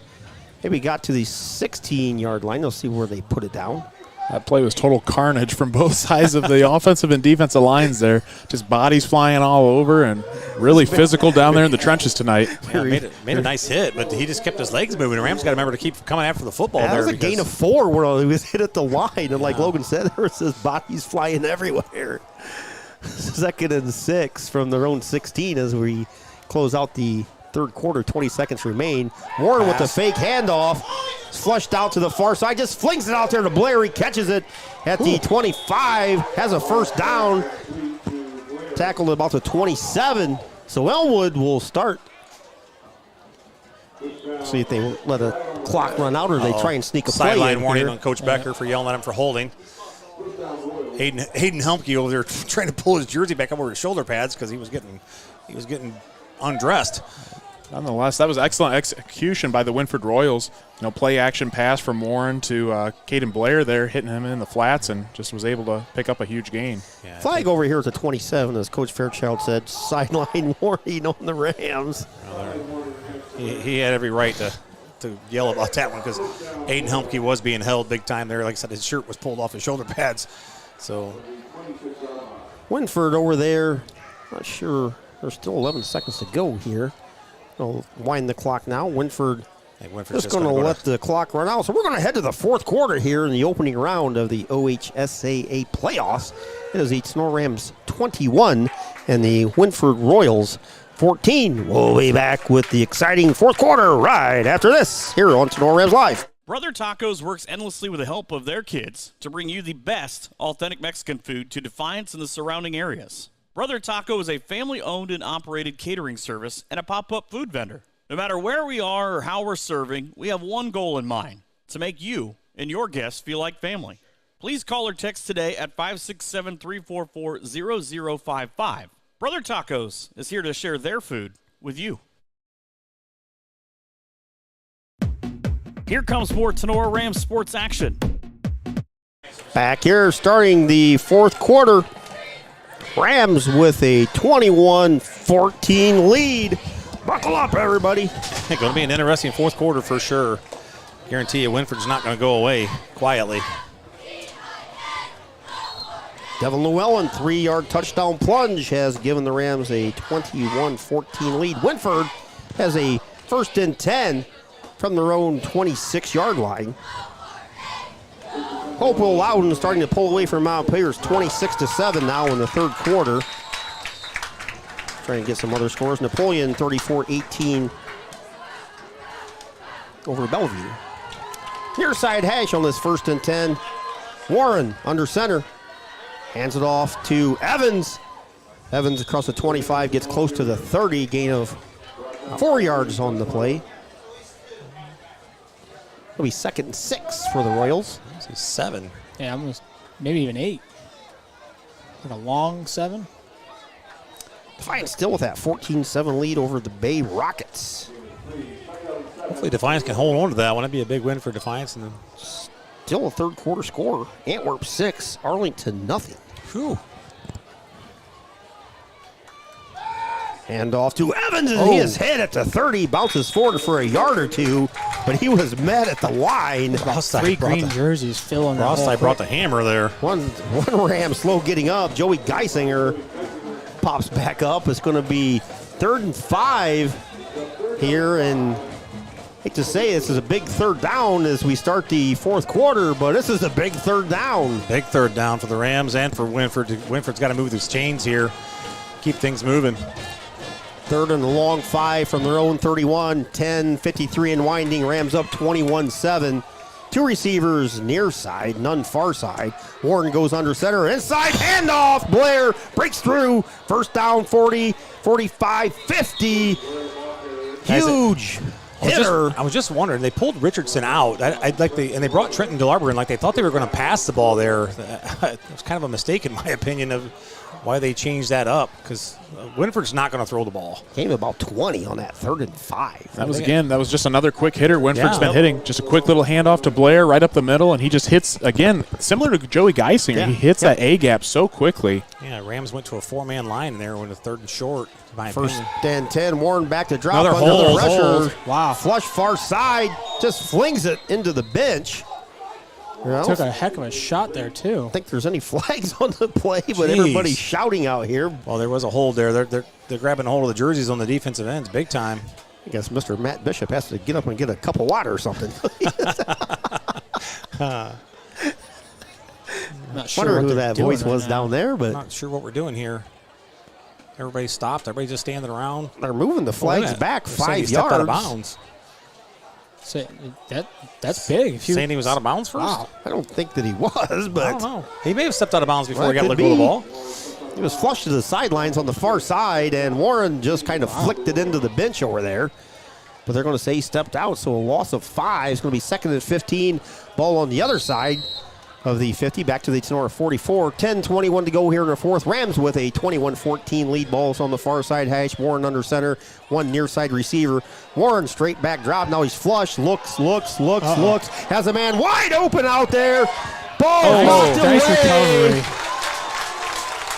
Dominic Graziani with a nice recovery. James Reinfuss out there wide open, a little bit underthrown by Warren, but if he leads them, that is a touchdown of about 50 yards. Looks like there was a lot of miscommunication there with Jacob Bishop and Dom Graziani. They both kind of went with the guy going across the middle and left the guy coming out of the backfield. That's another thing, guys. When you're missing Carter Gilliam and Caden Radzik back there, communication is a key in the Rams' defensive backfield. Absolutely. Yeah, guys. And then that one, the thing there is nice. Dom's eyes. He got his eyes back to the football and found where it was and made a great play on it. 3rd and 15. Same look. Warren under pressure, flings it out here. Ball's caught. Gonna be a first down. That's a huge first down. Reinfuss caught it at about the 42, falls forward to the 39. Same exact play, guys. Exact same play. The only thing different was that Reinfuss didn't run the same route. And we know that's Warren's favorite receiver, Reinfuss. He's one of the top receivers. Actually, I think he is the top receiver in that conference as well. He's the #1 target by far in this Wynford Royals team. He led the N10 in receiving yards. I mean, why else wouldn't you throw to him? He's 5'11", 175, and he's got great hands. Just under 10 minutes to go here in the 4th. Royals driving. Handoff to Evans off the left side, and he has hit the line of scrimmage. Flag on the far side. I'm not sure what the flag was. They didn't blow the play dead, so I'm assuming it's on Tinora for offsides or something. Officials getting together here. It was thrown almost immediately, so I'm not sure. That's what I'm saying. It's probably an offsides because they didn't blow it dead, but nope, picking it up again. Okay. Second or third time tonight we've seen the flag being picked up. Oh, my gosh. So no gain on the play. It's going to be 2nd and 10 from the Tinora 39. Second down. 9 and 35 here in the 4th quarter. Rams with a 21-14 lead. Winner moves on. Loser, their season unfortunately comes to an end. Got Ackerman out there one-on-one with Reinfuss. I wonder if Wynford's kind of getting a little antsy here. 2 receivers far side, and there's a big mismatch over there. Inside handoff to Blair. And he busts across the 30 down to the 25, close to the 20. Big hitters here on this drive by Wynford. Yeah, but Wynford's not doing anything fancy. They just keep handing it off to Blair right up the middle in the A gap. And it's got to either be the defensive tackle's responsibility or the linebacker, whoever's got that gap responsibility, and it's just wide open there. Somebody's not filling the gap right there. 1st and 10 from the Tinora 22 as we hit the 9-minute mark here in the 4th quarter. Wynford going right to left in the all-whites. Rams and the all-greens trying to stop them. Well, like we said, Wynford's not going to go down quietly here. They're going to keep fighting until the last whistle. Warren under center. Oh, false start. Inside handoff to Blair, but there's a flag that's going to march him back 5 yards. Little twitch there on the left side of the offensive line. 1st and 15. Going to take it back to the Tinora 27. Yeah, Logan, you said they're not doing anything special. Yeah, they're not. They're just, and the Rams are playing a 5-man front. Basically manning up mano-a-mano, and right now Wynford's kind of winning the battle. It's just kind of been throughout the entire game that Wynford's been exploiting that openness up in the running in the A gap there. Yeah. Still plenty of time. Actually, the play clock's not even started yet for whatever reason. Still, no, finally gets going. We have a whistle, and I'm not sure. Nobody knows what's going on. I here assume anymore. the whistle be. The play clock did not start. The play clock. He didn't even whistle for the play to start Right, yet. he did not. The referee hadn't blown a whistle yet after they moved the ball back. So, just have a redo. The old backyard redo coming up. They got to wait for the referees to get set, I guess, and wait for the whistle to start. Well, they had plenty of time. I don't know what the delay was. I don't know what's going on right now. There's still the play clock's still not running. There you go. Now it's supposed to be running. So it's first and 14 from the Tinora 26 for Wynford. If you're a Tinora fan, you want that clock rolling. So, and if you're a Wynford fan, obviously you don't want it moving. So, one receiver on the far side, handoff to Evans off the left side. I think he was already down, but got to about the nice job by Grady nonetheless to go for that strip. Yeah, I tell you what, if that wasn't blown dead, I don't think you're catching Dom. Ball's on the 24.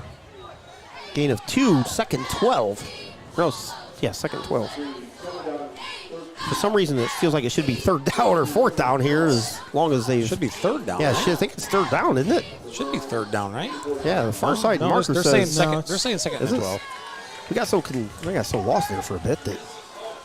So second 12. Oh, maybe it's because they snapped the ball when it wasn't a play being made. That's probably. Warren, straight back drop, looks under pressure, goes far side, still looking, throws it into the Wynford bench. Incomplete. It's going to be 3rd and 12 coming up from the Tinora 24-yard line. We're down to 7:38 to go. Rams with a 21-14 lead here at Justin F. Kressel Stadium at Tinora High School. What a long, methodical drive by Wynford. Like this is taking forever. I feel like this drive has probably taken maybe 8 minutes or so. They feel like they've had the ball in the third quarter, at the end of the third quarter. They got it with like a minute to go in the third. And now it's 7:38 left in the fourth, so. Yeah, it's a very methodical drive here. They've converted and kept the ball moving. Another huge third down here. Obviously, it's 2-down territory for Wynford. Another twitch by the offensive line, That's number going 77. to be a false start. It's going to march him back 5. It's going to bring up 3rd and 17. Ball's going to be at the Tinora 29-yard line. Now this really changes things up. You go from 3rd and long to 3rd and extra long now, so. Tell you what, this is kind of been a game of Wynford shooting themselves in the foot tonight. Yeah. Wow. Three turnovers. I mean, honestly, you think about Wynford, they have 3 turnovers in the game tonight. They're only down by 7, and they're knocking on the door right here. So, 3rd and 17 coming up for the Rams defense. Huge third down. If this is on the Rams defense right here, you got to buckle down and you got to get a stop here. Ryan Foose, one receiver. Warren, state back drop, looks, has a receiver out there. Ackerman on the coverage, and there's no flag on the play because Ackerman, I don't believe, actually turned his head around. I think he did right at the end there, but yes, man. Fantastic coverage by Owen Ackerman on Ryan Foose. Ball in the end zone falls incomplete. It's going to be 4th and 17. Now things get really interesting. If you're Wynford, you know your offense isn't that high-powered offense. You like to hand the ball off a lot. I think you're going to see Wynford go for it here. As we just saw, they just milked out about 8 minutes of the clock here. Got to get a first down if you're Wynford if you want to win this one. Yeah, absolutely. 4th and 17 from the Tinora 29. We have a whistle. We're going to have a timeout on the field. Timeout, Wynford. Coach Skidmore asked for a timeout. 7:20 to go, 21-14. We'll take a brief timeout here on Tinora Rams Live and be back right after this timeout. Okolona Tavern, located in downtown Okolona, is the home of the famous Okie Tavern wings. Stop in after the game and get some delicious wings, burgers, fries, onion rings, and enjoy an ice-cold beverage while talking about the game. Hours of operation are Tuesday to Sunday, opening at 4 p.m. Check out the Okolona Tavern on Facebook for a menu before you head out. Mexican food specials every Thursday and Sunday. The Okolona Tavern, a proud supporter of the Tinora Rams. Don't say that, but you did. 7:20 to go here. 4th and 17. Kyle Skidmore. Apologies. We'll call him Clyde. I don't know why. I saw a C and a bunch of L's and Y's, so just automatically Clyde. It kind of looks like Clyde to me. Anybody from Wynford listening to this, don't worry. We screw up our own players' names. Yeah. We get Joey and Grady mixed up all the time. All the time. So I apologize to Kyle Skidmore. Yeah, we have the 3 G's in the backfield, and we never get Gus Weiler. Ever. All of them. We never get them right. So it's 4th and 17, 7:20 to go here in the fourth quarter. Rams lead 21-14. Warren goes under center. Straight back drop, looks, throws it in the end zone, has a man out there. Caught! No. I think I was on I think it was caught by Jacob Bishop. Interception! Wow. By Dom. By Dominic Graziani on the far end Should have knocked it down. We lost yardage. I think it was Jacob Bishop. He came up with the ball there. I'm not sure who got it, but I thought Dom had it. It's too late for We're having a meeting over there between. I honestly thought that he caught it for club. I mean, it's obviously not a touchdown, but it doesn't have implications where we get the ball back. So Correct. We're going to have a meeting here. I don't know. Not sure what the meeting's about. They've already made the call, so. They threw it into double coverage, and Graziani and Bishop were there, and they kind of rolled around, and Bishop came up running with the ball, so I don't know. We're having a meeting over there. Well, it's 4th and 17 for Wynford. We're down to 7:10 to go here in the fourth quarter, and whatever they're talking about over there, guys, this is a referee. I hope it somehow doesn't involve a touchdown. I was going to say, you can't call that a touchdown. We don't want to get into this, guys. This is those of you at home. Every time we end up with officials doing this, it's never a good thing. And those of you at home can actually use your phone and go back and watch the play. And unfortunately, we don't have a view from the other side. All I know is they caught it, and it looked like to me one of the Tinora guys had the ball. Clearly, they ran over there in motion for Tinora. I don't know. Tinora first down, so I'm not sure what the discussion's about. Yeah, I'm like you guys. I don't know why this is taking. I don't think this needs a 5-minute conversation. I think this is it's already been decided and go on with it. I honestly think they're deciding whether or not the Royals offensive player caught the ball. And the Rams player came in afterwards to steal it from him. No, it was clearly the Rams guys were there. I don't think you change this. You may not make it out of here.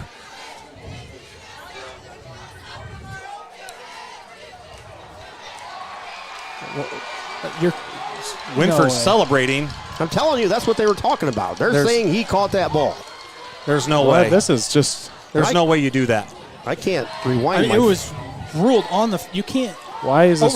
How does a referee from 50 yards away come down and make the change? And this referee crew is the same one we had at Wayne Trace, guys. They're absolutely freaking terrible. What? I don't even know what's going on. They called a touchdown there. Yeah, they're calling a touchdown. How does a guy from 30 yards away walk down and make that touchdown?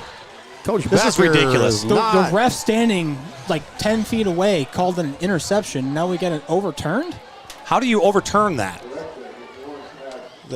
I don't understand how the guy running in from the 15 or the 20-yard line comes down and overrules that play when Tinora came away with the ball. Wow. Now the Tinora fans just found out that they ruled that a touchdown. Unbelievable. Just ridiculous. This is the same officiating crew we had at Wayne Trace. They screwed that game up, and now they're screwing this game up as well. Extra point up and good, and we'll take a timeout to sort things out. And we're tied at 21 with 7:10 to go here in the fourth quarter. We'll be back right after this. Optimal Performance Fitness is not just your typical gym. Here at OPF, you don't pay for a membership just to hop on a treadmill. We are a fitness coaching center that strives to provide an experience like no other. We provide accountability and results. You either work one-on-one with a certified personal trainer or in a group setting with like-minded people. Here at OPF, we want to change your mindset of going to the gym into something that you enjoy and look forward to doing. Rather than going to the gym merely to work out, we train at OPF. We are your cheering section, your motivators, and soon-to-be family. Optimal Performance Fitness strives to help you achieve the best version of yourself. Contact us today to take that first step. It could be life-changing. Stop with all the excuses. Let's roll up our sleeves and get to work. Call Jake at 419-438-7265 and get started today at Optimal Performance Fitness. All right, back here at Justin F. Crusoe Stadium, and just like that, it's tied at 21. You can't do anything about it except play the next 7-10. Well, the Rams got to come out with some heat now, and just this is unbelievably. I guess only you guys at home can review it on your phone and see what happened. But the official comes running in that was standing down there by the Wynford bench and makes the change in the play. It's unbelievable. I mean, with us coming up with the ball, he couldn't have kept control of it for sure. Rams have the ball bobbled. They just followed it at the 25. Went through the legs of Rostai, picked up by Grady Gusweiler. Rams will start 1st and 10 from their own 25. 7:08 to go, and we are tied at 21. See how the Rams respond here. They're going to come out. They're going to come out with a little bit of fire in their tails, and don't let the referees take that away from them. It's all up to them now. So we're tied. See what Graziani and the boys all they can do is respond and just drive down the field and put it in the end zone. Dom takes a snap, looks, throws it deep, has a man out there, Rostai, overshot him by about 4 yards, and that was a 6-pointer. Oh my gosh. Kind of looked like Rostai pulled up a little bit. Didn't look like he was running in full go there. 2nd and 10 from their own 25 for the Rams. Nice play. We ran backside there. Just missed the play, but we gotta get first downs, guys, and march the ball down the field. Number one, we want to get a first downs here, and we want to run some time off the clock, big time. Back here at the Cut and Polished Hair and Nail Salon broadcast booth, tied at 21. We're gonna have a whistle, and this is probably a 5-yard false start penalty on the Rams for about the 6th time tonight. So it will become 2nd and 15 from their own 20 as the Rams try and regroup. Tied at 21.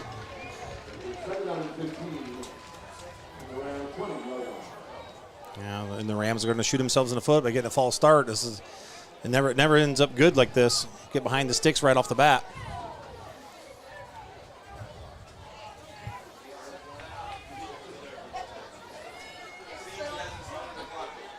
Second and 15. Graziani with the ball on the far side. 3 receivers far side. Empty backfield. 1 near side. Dom looks under pressure. Sets.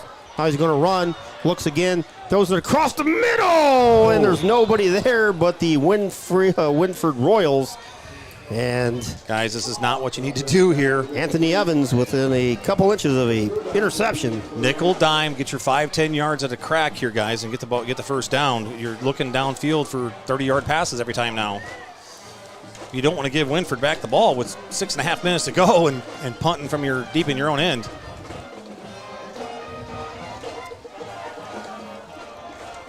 Well, this is a big 3rd and 15 here. I mean, this is like a huge momentum swing.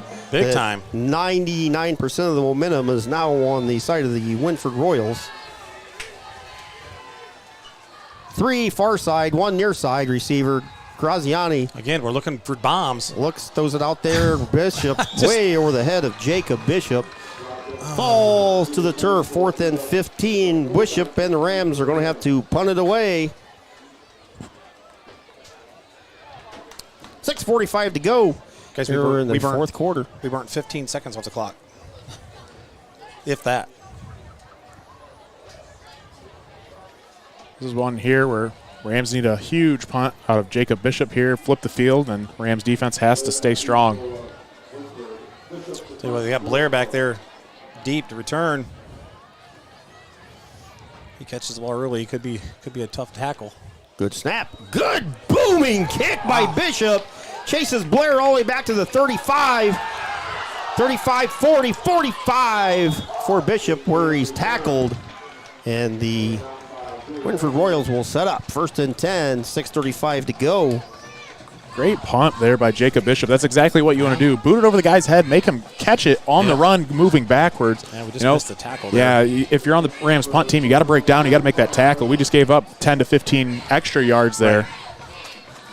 Yep, nice kick by Jacob. Just missed that tackle, and a nice little move by Blair. He tried to hurdle a Rams defender, but luckily they got a hold of his legs and was able to bring him down. Time for the defense to make a stand for Tinora. You know what Wynford's going to do here, guys. Methodical drive down the field. Inside handoff to Blair. Still on his feet. Breaks away. 40, 30.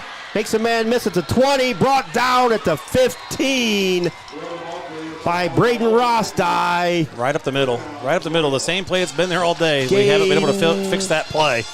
Gain of 30 for the Royals. Not sure if they're running a trap or what's going on, but it's been just wide open. Yep. A lot of them are just dives right up the middle. Nothing fancy.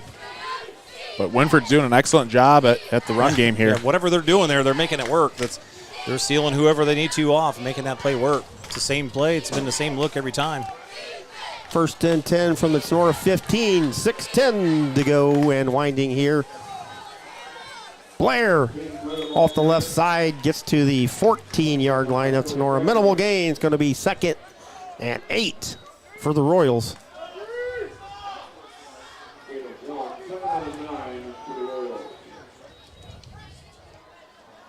Again, Wynford's just going to play the clock here. They don't want to give the Rams back any time if they get the ball back. So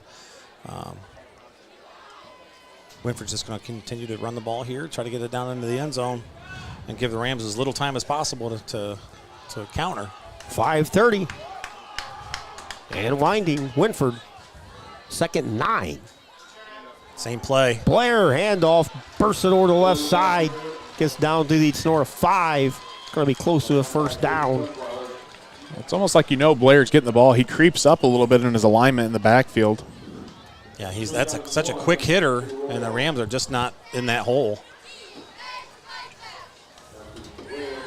It's like Wynford knows, Wynford obviously knows which play they're going to run, and the linemen are moving, and the defense is not ready, and it's just creating that little hole, and Blair doesn't need much room. Yeah, if you're Wynford, I think you just keep going to the run game here. Yeah, you nothing else. Don't even change. I just keep running the same play at this point. 3rd and 1 from the Tinora 6. We're under the 5-minute mark, tied at 21. Warren, under center, is going to take it. Drive straight ahead. He's going to have a first down. Going to be first and goal for Wynford.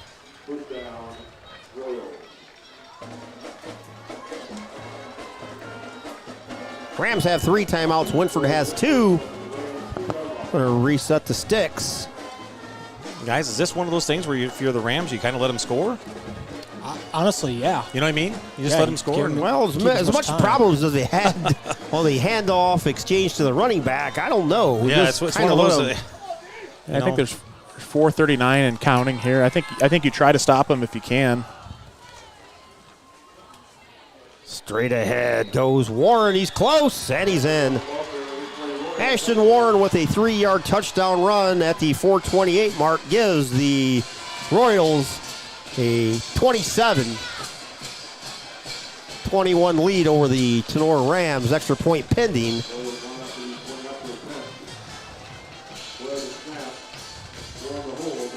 Well, that's probably the best thing the Rams could do there is just go ahead and let them score so they're not taking a whole bunch more time off. And then, it's now you've got 4 minutes and 4.5 minutes to put your drive together and get down there and try to get it in the end zone. But the Rams can't come out just throwing bombs. Yeah, as I say, with 4.5 minutes left, you can still run your normal offense. You don't have to go into that 2-minute. Right. Extra point by Orlando Casares is good. And Wynford with a 28-21 lead, and we'll be back right after this here on Tinora Rams Live on your Drop Zone Pizzeria scoreboard.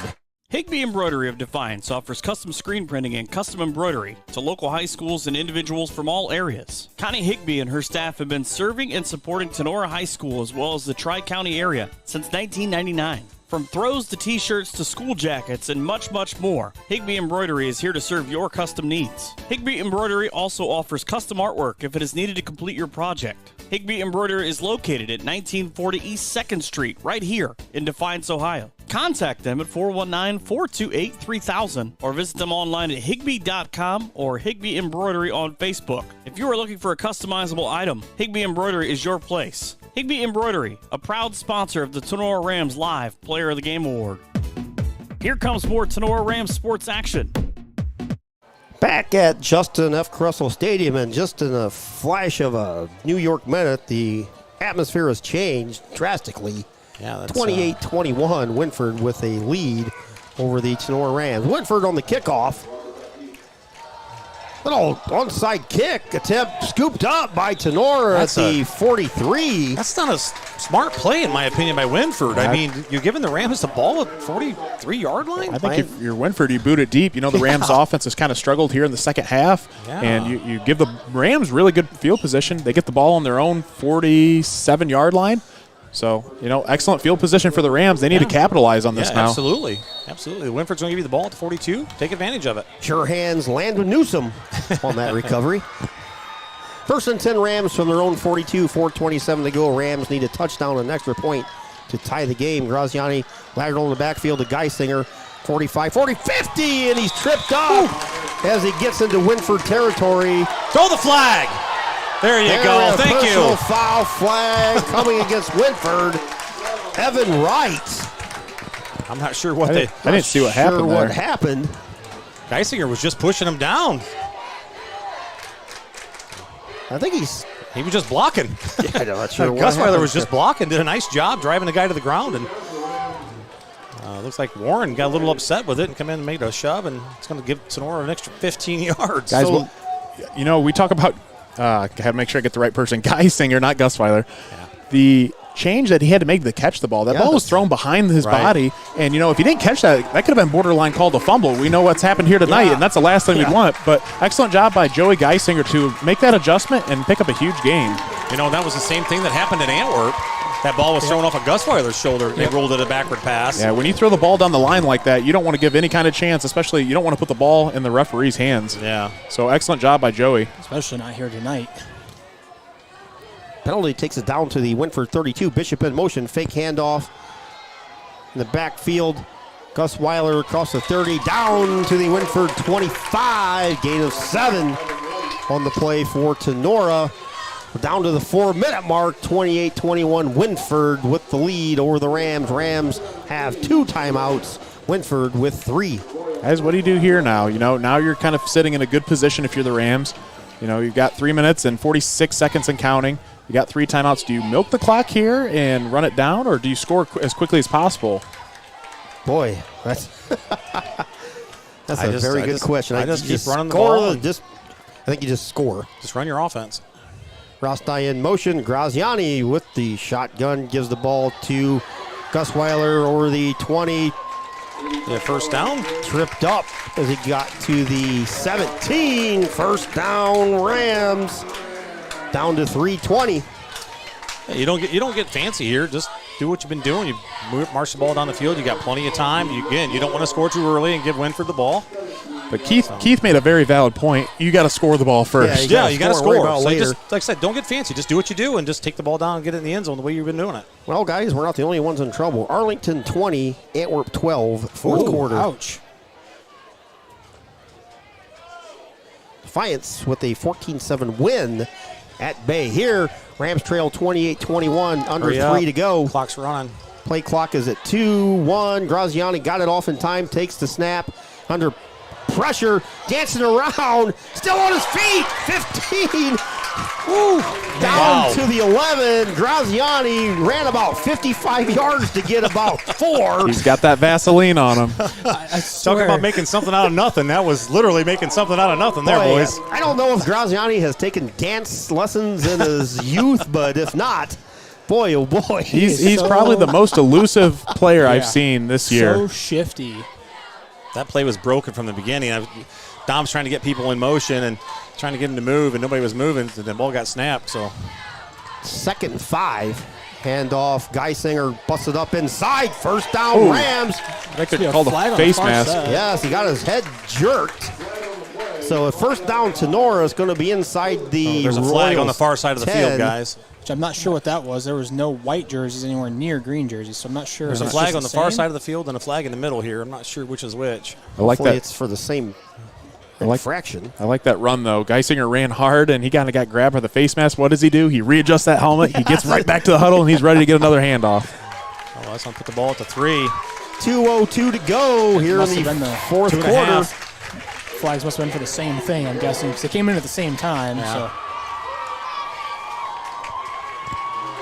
Rams trail 28-21, 2:02 to go. They have a first and goal at the... 4 tries out of here, guys. Again, what we said before, Logan, don't get fancy here. That's right. Going to have a officials timeout. They're going to reset the play clock back to 40 and wind it up. Graziani looks over to the sideline with a team in the huddle at the 15. They break the huddle.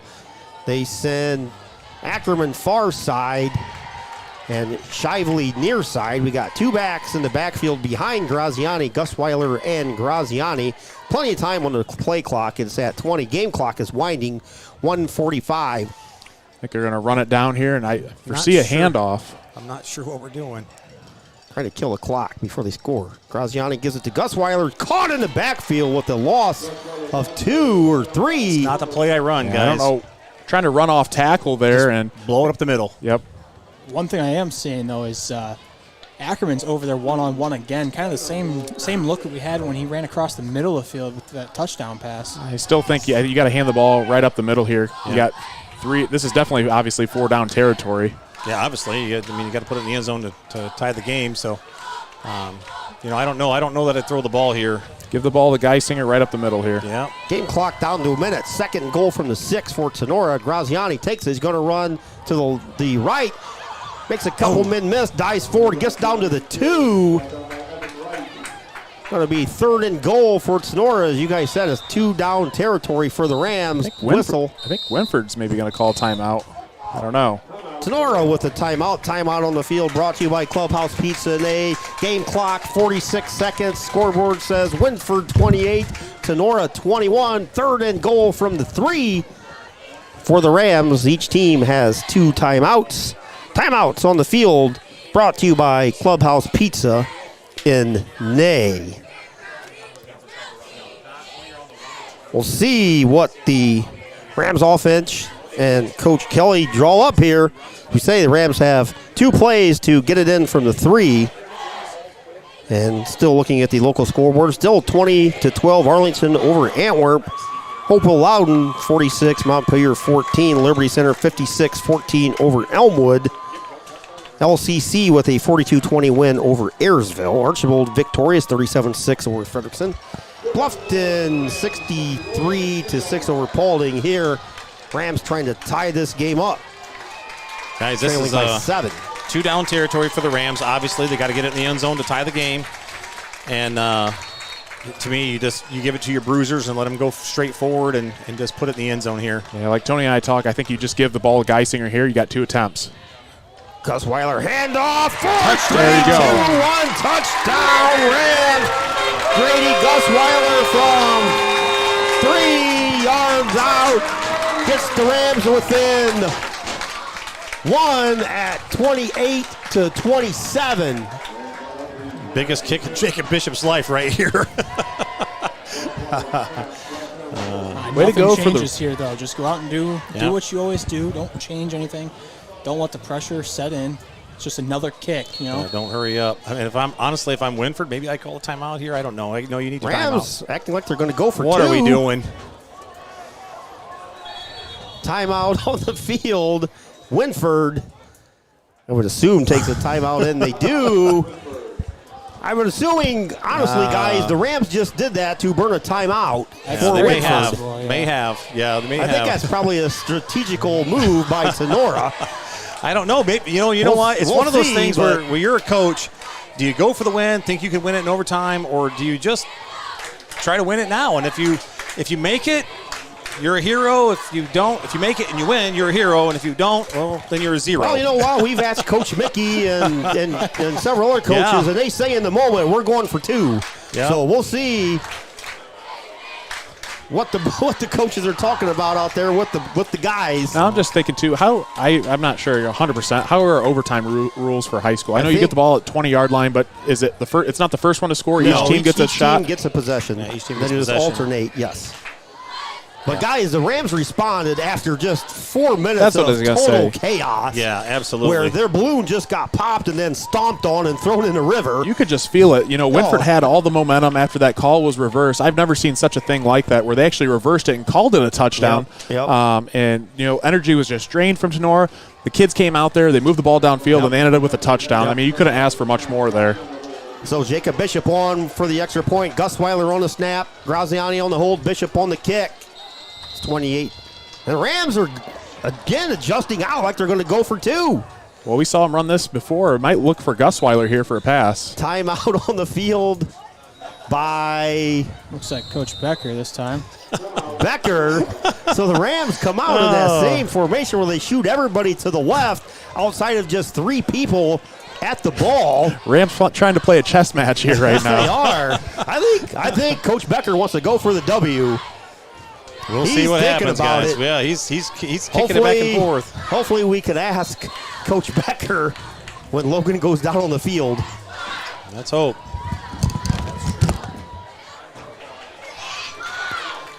Thank you guys, everybody from Wynford and Tinora for tuning in. Got over 500 viewers tonight. We appreciate each and all of you tuning in on the... Yeah, absolutely. You're getting your money's worth, that's for sure, even though you didn't pay to watch. Coach Fairchild, Dr. AJ, Dr. Logan, Keith Brown with you here at Justin F. Presso Stadium on a Friday night. Perfect weather, shorts, T-shirts, 28-27. Wynford leads by 1. Rams coming out on the field, and they're going to go for 2. No, now they're lining not. up. They're lining up. Who knows? They got us all confused here. They might go back with that again, Keith. Who knows what Bishop they're on the kick. Graziani on the hold. Gus Weiler on the snap. Whistle blows. Low snap. Scooped up. Kick That's up. good. And it's good. Dominic Graziani put that baby down for Jacob Bishop. Snap was a little low, too. And we tied at 41 seconds here in the fourth quarter. What a ball game, fellas. We said it was going to be a battle from the word go, and I'll tell you what, it has been an absolute nail biter, as AJ was just showing me. The motions have been swinging back and forth both ways, and I guess it's 41 seconds to go on this, guys. It's not over yet. Yeah, we've been saying that all along. Coming into this game, we knew this was going to be a battle from the start, and it has the entire way through. So it's going to be exciting here to close out the fourth quarter and possibly overtime. We'll see what happens. The ball's in Wynford's hands here. Let's see what goes on. Well, guys, if I'm Coach Kyle Skidmore over there, I want my two running backs back there returning this kick. They're back there. Anthony Evans and Caden Blair. They're back there. And they are at the 10. I think if I'm Bishop, I maybe pooch this one a little bit, try to put it in around about the 20. I don't know. I think you just boot it deep. Yeah, I got think the wind behind you. Maybe Maybe you start kicking the end zone. Back. Bishop approaches the ball at the 40, and he booms that over the head. That's just what you want. Perfect. Beautiful. Hits at the goal line and heads into the end zone. Wynford's going to start 1st and 10 from their own 20. One timeout to go. We are tied at 28. 41 seconds to go on the regulation game clock here in the fourth quarter. I don't know here that if you're Tinora, you don't necessarily drop into prevent defense. No, because what we've seen out of the run game from the Wynford Royals, they may drop a run or two here, and we know that they can pick up big plays. Arlington 27, Antwerp 12 in the fourth quarter, guys. Ouch. I tell you what, the Rams are doing exactly that, Logan. They've only got 3 guys on the front line. I don't think Wynford needs to pass the ball here to make anything happen. They've been running the ball very well. And they do just that. Pops it up the middle. Blair, submarine is a 25. Nice tackle by Rosti there. They're not calling timeout. They're going to let the clock run out, I think, guys. That little quick hitter. I don't think they have to snap the ball either. Nope, they don't. Gain of 4 on the play, and as Coach Fairchild said, no, they're going to try to run another play. They're hustling back to the field. Game clock's at 20, and Wynford and Warren. Just stay deep, guys. I was going to say, now you drop at least one guy deep. Now they're backing up. Hand off to Caden Blair off the left side. Gets close to a first down with 6 seconds to go. Now Wynford calls their timeout. Last timeout for the Royals. 5 seconds to go here in the regulation period. Tied at 28. And hopefully, guys, we are headed to overtime. Let's hope. I never give it. I never give up on it until that clock strikes 0. Crestview with a 35-14 lead over Calvert. Wow. Crestview Convoy, Crestview. Calvert's a 2 seed in that in the region. Napoleon with the victory over Bellevue, 41-24. Congratulations to Coach Swery. Yes. St. Mary's over Wauseon, 42-14. Our good friend Michael Hearn gets to advance. Him and St. Mary's, no apostrophe. Here we are tied at 28, 5 seconds to go in the fourth quarter. 28-28, and get up there, get the linebackers up there on the line. Don't let him get through the line and get moving in space. And Ackerman about 30 yards back there. Warren, that's what you don't want right here. Center gives the ball to Evans, and he little scary. The ball. Nice tackle by Jacob Bishop. Across the 40, gets to the 45, and that's where he's tackled. We are headed to overtime. Tied at 28. We'll take a brief timeout, get our bearings in order, and we'll be back right after this time out. Looking for a venue to host your party? Kyle Nicely of Nicely Rentals and Storage is here to help solve your problem. Located between Defiance and Ayersville, Nicely Rentals and Storage offers a party venue for graduations, birthdays, anniversaries, weddings, or any event that meets your needs in the spring, summer, and fall months. In the winter months, Nicely Rentals and Storage offers storage for vehicles, campers, boats, or anything that needs to be stored and protected. Do you need tables and chairs for your party? Kyle can help with that as well. Nicely Rentals and Storage can also help with your move, as they now have U-Haul available. Give Kyle a call at Nicely Rentals and Storage, 419-439-6177 for booking information. Weber Materials and Weber Building Materials is here to serve you and all of your building material needs. Weber Materials is a prominent regional sales and marketer of aggregate for your work site. We take pride in the quality of our work and the integrity of our roots. We also take pride in you, our customer. Our focus is to deliver quality aggregates safely and timely to our valued customers whom we call friends. Call for a quote or more info at 419-394-8870 or check out WeberMaterials.com. Tinora alum Kevin Weber, owner of Weber Materials, says, "Let's go Rams." Grady Gusweiler, one of the Rams captains, headed out to the 50, along with the captain of Wynford, Caden Blair. Overtime, each team will get a possession at the 20. It's just like a regular game at that point. Try and get a first down. If you get a first down, then you move on. If you score, you score. Other team gets a possession, and if they do not score and you score, then you win the game. It's pretty simple. Do they play like college? Like after some of these possessions, you have to go for That two? I'm not sure. I don't think that's a rule in high school, but I could be wrong. I just think each team gets a possession at the 20. And Well, they've even changed that in college now, right? It's after like so many possessions, they just go for two. I think There's it's no the third. I think you're right. Yeah, I think that after so many overtimes, you have to go into that. But for high school, I just think it's just a normal 1st and 10 from the 20. And each team gets a possession until one team has more points than the other at the scoreboard. So after regulation, we are tied at 28. And as we said, guys, just the emotions that the Rams went through there midway through that fourth quarter. Tinora won the toss, it looks like. The referee's talking to Grady. Boy, oh boy. Not sure. I think I want my defense out there first. So at least you know what you got. We got Jacob Bishop. Now their field goal kicker doesn't seem, honestly, all that bad. Victor Arlano Casares. The old-fashioned straight-ahead kicker, but he's got a nice leg on him. Yeah, when I was down on the field pregame, he was actually kicking about 30, 35-yard field goals at times. But, I mean, he was nailing them inside of that range as well. So I'm assuming the Rams, their possession, they want to go with the wind towards the scoreboard end. Well, they stay on the same end, don't they? That I'm not sure. I think they stay on the same end. They don't switch ends. The last overtime game I can remember, guys, was about 2013 with Liberty Center here. Oh, geez, I don't even remember that one. So that would have been when AJ. I think Logan was Logan would have been here playing. AJ would have graduated. Liberty Center won that game in overtime. I don't know. We'll see what we're going to do. I think Tenora's got the ball, but I'm not sure. I'm not sure on that yet. I still don't know.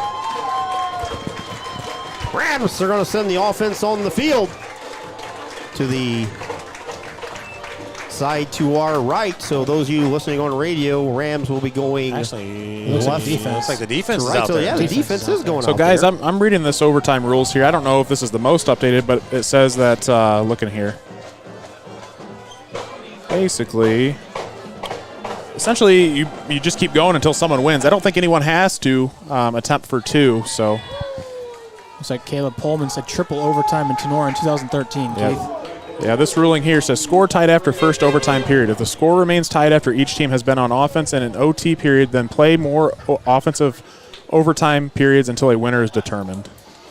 Coach H says 22 trap every single time. Linebackers got to step up. Amen. I know Coach Anderson was planning on watching, so Coach Anderson, Coach H. Yeah, they're going to go to that bread and butter, guys. We've had trouble stopping that play the whole game. So I don't see them. I don't see Wynford changing anything. Coach H scouting from home. 22 trap, guys. I'll tell you what, as a Coach Becker. as a linebacker that played under Coach H, I'll never forget all the lessons he taught me, or taught us about how to read those guards and how to stop that trap from happening. And I'll never forget those lessons. 1st and 10, Wynford from the 20. Blair bobbles it through the line, but he still hangs on to it. Gets to the 15, where he's pushed back. Gain of 5 on the first play for Wynford. And again, guys, he we kind of re-gripped that ball on the way through. I tell you what, a fumble would be horrible for Wynford at this point. I mean, it's you don't want to turn the ball over and give the Rams a shot. I mean, because you're going with the wind, and if they would turn the ball over, I mean, Jacob Bishop can hit a pretty good field goal. So yeah, there's no time on the time clock in overtime. It's just down for down. 2nd 6 from the Tinora 16. Each time has a timeout in overtime. Warren to Blair. Blair gets close to the 10. He's going to be just about a yard short of a first down. It's going to be 3rd and short for the Wynford Royals. Guys, this is what all summer long has come down to. You know, it's play or go home. All those hard workouts, you really got to bear down here, and you got to step up. Big 3rd down for the Rams, but we'll see what happens. It's a 3rd and short. We haven't been able to stop Wynford from getting a short yardage yet this game, so I don't. 3rd and 2 from the 12. Fans going crazy, as you can hear. Warren quarterback sneaks it ahead. He's going to have the first down. Needed 2, got 4. It's going to be 1st and goal from the 8 for Wynford. That's when you see Warren, the quarterback, standing up nice and tall. Someone's got to go in there and start stripping that ball. Yeah.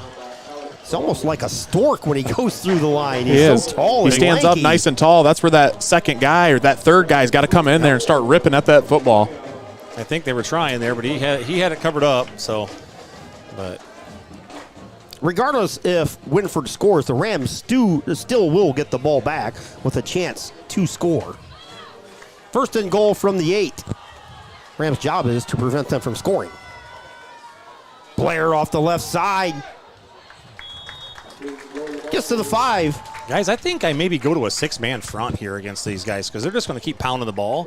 Put a 6-man front, dare them to pass the ball, and let your receivers match up mano-a-mano and stop them from running the ball. Don't let them run the ball in the end zone. Put 6 men up front and say, hey, okay, we're going to match up here. Yeah, it's, at the very least, make them get out of their comfort zone. 2nd 7.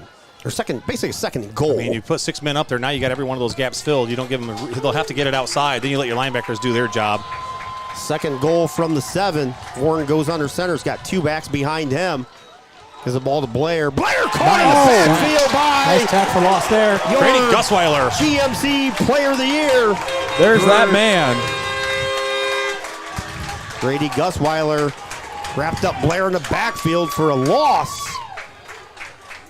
Again, we always talk about the Rams going to the well too many times. And Wynford kind of went to the well too many times, and Grady was all over that one from the backside. Nice to see Gusweiler step up. Big-time plays made by big-time players, and that one's there by no other than the Grady Gusweiler. Actually, he got back to the line of scrimmage. Seemed like he lost a yard or 2 on the play. No way it was a line of scrimmage. 3rd and goal from 7. Warren under center. Fakes. Handoff. He's going to keep it. Out there all by himself. He's tackled. Big play out there. Aiden Helmke. That was Alex Holmeyer. Oh, Holmeyer. Sorry. Holmeyer. An absolutely fantastic open field tackle there to stop him from gaining any yards, actually losing yards there. What a fantastic play. Holmeyer and Warren out there 1-1, and Holmeyer grabbed an ankle and says, don't go anywhere, big guy. Here come my buddies. Guys, I've got goosebumps right now. Oh This game is coming down to the wire. They're going to try a field goal, guys. This is 4th and goal from the 10. What do we say? Grady Gusweiler here got an attempt. Spot it at the 16, 26-yard attempt. Kick up. Kick looks Missed good. it. Oh, he got it. Oh, I thought he was left. 26-yard field goal is good by the Royals. Arlano Casares puts the Royals up 31-28. I thought he pushed that left, guys. Oh, boy. Well, Rams got to do the job here. Wynford couldn't stop him last time when they moved the ball down the field. Let's see what they can do here. And we know Tinora, they have that kicking threat in Jacob Bishop. First team all-conference kicker. We've seen him made some big-time kicks throughout the year.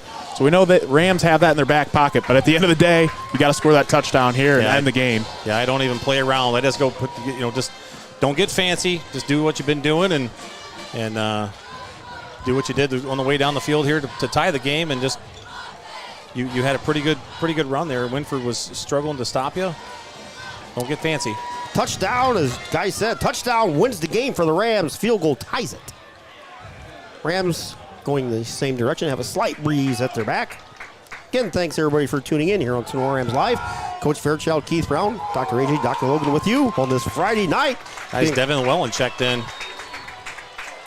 Two receivers. So they've got Owen Ackerman one-on-one over there with nobody over top. He's got somebody, but he's got Ryan Fuss on top of him.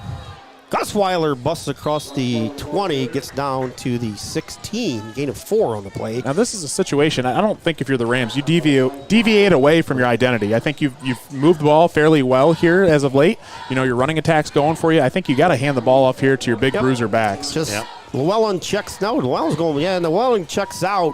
Joey Geisinger checks in, so have the 3 Gs in the backfield, Geisinger, Gusweiler, and Graziani. 2nd and 7 from the 17. Wynford with a 26-yard field goal in overtime has taken a 31-28 lead. Winner plays Bluffton next Friday night in Bluffton. Graziani takes the snap. Going to take it himself over the right side. Tackled from behind. Gets to the 16. Gain of maybe 1 on the play. Going to bring up 3rd and 6. Guys, again, you give it to we just mentioned it, give it to your bruiser backs. Joey Geisinger is going to get you 4 yards of carry. Trying to get outside every time. We've been struggling with that a little bit, so just. 3rd and 7 from the 17. Rams can get a first down, so have 2 plays to get 7 yards. Yep, try to get a little chunk here. Near side hash, 3 receivers bunched in here to this near side, 1 far side. Graziani's going to take it and run. Now he's under pressure. He gets out of it. Throw the ball. Going to be face mask, I think. There. Just hope it's a face mask because hope so. that was a huge loss all the way back to the 30. Graziani with flags laying everywhere. It comes up a little limp. Yeah, that's one I think Graziani's just got to commit. He's got to stick a foot on the ground, get vertical right away, and try to get what he can get. I think Jader just tried doing just a little too much, but hopefully here it pays off for the Rams as they get hopefully a face mask. If it's a personal foul face mask, it's automatic first down. Should be a first down. It's 3rd and 7, so it should be a first down regardless. Well, yeah, but it goes from the spot of the foul, right? No, it should be from the line of scrimmage, I would assume. No, they're saying 3rd down. So it is a face mask call. Let's see where they spot the ball. 3rd down and 2 is a heck of a lot better than 4th down and 15. Yeah, 3rd and 3 here. Now you give it to the boys. Rams have 2 downs to make 3 yards. Hey, they're going Wildcat here, guys. Grady Gusweiler back there all alone, takes a snap, goes over to the left side, stutter steps. First down. Nice job, Tinora, Grady. down to the 7-yard line. 1st and goal, Rams. 31-28. Touchdown wins it. Field goal ties it. Right here, we've been talking all game long. Give it to your big backs, Geisinger and Gusweiler right now. Give them 4 tries to get in the end zone. Exactly.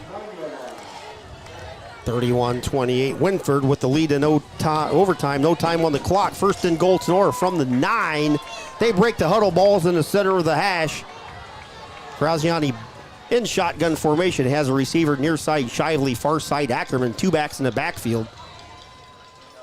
Gusweiler straight ahead, hit. Keep pushing that pile. At the 6. Gain of 3 on the play is going to be 2nd and goal from the 6-yard line for Tinora.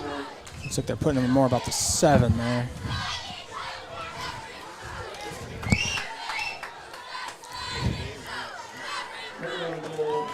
Timeouts. Each team has 1 timeout here in overtime. Graziani comes in from the sideline on the 2nd and 7. Again, touchdown wins it for the Rams. Ackerman far side, Shively near side. Geisinger, Gusweiler, Graziani in the backfield. Graziani takes the snap. Gives it to Gusweiler. Close. He's going to be just shy, guys. Just short. Gusweiler had just a big hole over that left side. He's tackled. Line up and run it. Just line up and run it. Line up right now and run it. Don't even huddle. Just line up and punch it in. Don't let them reset. 3rd and goal at the 2. Just give it to Geisinger straight forward. Gusweiler loses the ball. The ground. Wynford recovers. The game is over. Gusweiler tried to stretch the ball over the goal line. Got hit. Ball went flying. Not sure where the ball's at. I didn't see anybody with the ball. Wynford recovers. I haven't seen a signal from the referees at all. I see Wynford celebrating, but I haven't seen the referee signal anything. Did he cross the plane before? He crossed the plane before the ball came out, I think. I don't know that he did. I don't know. I don't know where they're going to mark him. I don't know. I think Coach Becker's arguing that he crossed the plane. We're going to have another meeting amongst the refs here. Holy moly. See. I don't know that they are. They're walking off, or maybe they're going to have a meeting. I don't know. They're not signaling anything. Coach Becker is asking for an explanation, and he's not going to get the answer he wants. And well, that's terrible. Absolute worst officiating crew in the history of the OHSAA out here, guys. And I hope the OHSAA listens to this game. Wow, this is terrible. I cannot believe these guys came back to this field after what they did against Wayne Trace, and that was for Tinora. This is absolutely terrible. Yeah, they better get their deputies out there. They may not make it out of here.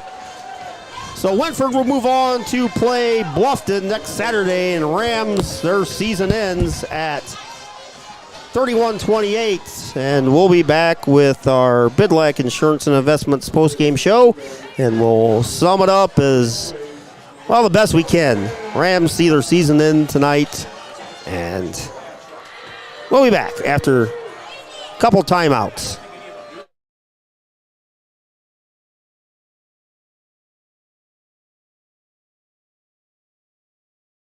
The law office of Wiener, Hill, Weber, and Stanley is a full-service law firm dedicated to providing quality legal services in Defiance and all of Northwest Ohio. Since 1965, their attorneys have had a well-deserved reputation of excellence in serving clients with a focus on integrity, advocacy, and understanding. At Wiener, Hill, Weber, and Stanley, we are a general practice law firm that can handle all of your legal needs. We offer high-quality legal work and personal client service, and each of our attorneys is committed to providing you with top-notch legal support. Attorneys Jim Wiener, Danny Hill, Cam Stanley, and Ian Weber are here to assist you. Give them a call at 419-782-3010 or visit them online at wienerlawoffice.com. The law office of Wiener, Hill, Weber, and Stanley is a proud supporter of the Tinora Rams. Maumee Valley Title Agency of Defiance has been providing seamless and transparent real estate closings in Northwest Ohio for 27 years. From contract to closing, their experienced team of attorneys and title agents work with lenders, businesses, and individuals to meet their real estate needs. Call the office at 419-782-3334, Monday through Friday from 8 a.m. to 5 p.m., or visit them online at maumeetitle.com. Maumee Valley Title Agency of Defiance wishes all the Tinora Rams athletes the best this season. Back to the action on Tinora Rams Sports Live. Back here at Tinora's Justin F. Kressel Stadium, the Rams see their season end 31-28 in a game of woulda, coulda, shouldas, and who knows. Game summary goes like this. 9:06 to go in the first quarter. Joey Geisinger with a 37-yard touchdown. Extra point by Bishop was good. Rams led 7-0. 5:44 to go midway through the first quarter. Caden Blair basically went untouched for a 50-yard touchdown for Wynford. Extra point was good. Game was tied at 7. Stayed that way all the way through close to halftime, where Ashton Warren's 1-yard touchdown run gave Wynford a 13-7 lead, and the extra point by Victor Orlando Casares tied the game, or gave Wynford a 14-7 lead. Owen Ackerman midway through the third at 6:14, 8-yard touchdown pass from Dominic Graziani. Jacob Bishop's extra point tied the game at 14. Devin Llewellyn on a fumble recovery at the 3-yard line of Wynford gave the Rams a 20-14 lead. Extra point by Bishop was good. Tinora led. And probably one of the plays that people will talk about for a long time here at Tinora High School. I think it was a 28-yard touchdown pass from Ashton Warren to, we think, James Reinfuss in the far corner of the end zone. Play was called an interception. Then after, it seemed like 5 minutes of the refs talking, somehow they awarded touchdown to Wynford. Extra point was good. 28-21, Wynford led midway through the fourth quarter. Or no, tied it at 21, my apologies. Tied it at 21. Warren came back with 4:28 to go in the fourth quarter. 3-yard touchdown run. Extra point was good. It was 28-21, and just like that, Rams saw a 21-14 lead go to a 28-21 deficit in a span of less than 4 minutes. 42 seconds to go. Grady Gusweiler, a 3-yard touchdown run, tied it at 28. After several timeouts, which seemed to take forever, Rams adjusting formations, burning timeouts for Wynford. Bishop finally came on for the extra point. We were tied at 28, headed to overtime. And Orlando Casares' 26-yard field goal in overtime gave Wynford a 31-28 lead. Rams got to possession. First and 10 from their own 20. Moved down the field. And on a 3rd and goal from the 2, Grady Gusweiler appeared to have reached the ball close to, if not over the goal line for a touchdown, which would have gave the Rams a win. Unfortunately, the ball was jarred loose by Wynford. Wynford recovered the ball, and the officials said, that's it, that's the game. So Wynford moves on next week to play at Bluffton with a 31-28 victory. And, well, guys, I don't know that there's really too much that we can say that's going to make it any better, but the Rams, I guess, didn't bring a 4-leaf clover with them tonight, and they played their hearts out, left everything out there on the field, and unfortunately, we'll see their season come to an end at 7-4. Yeah.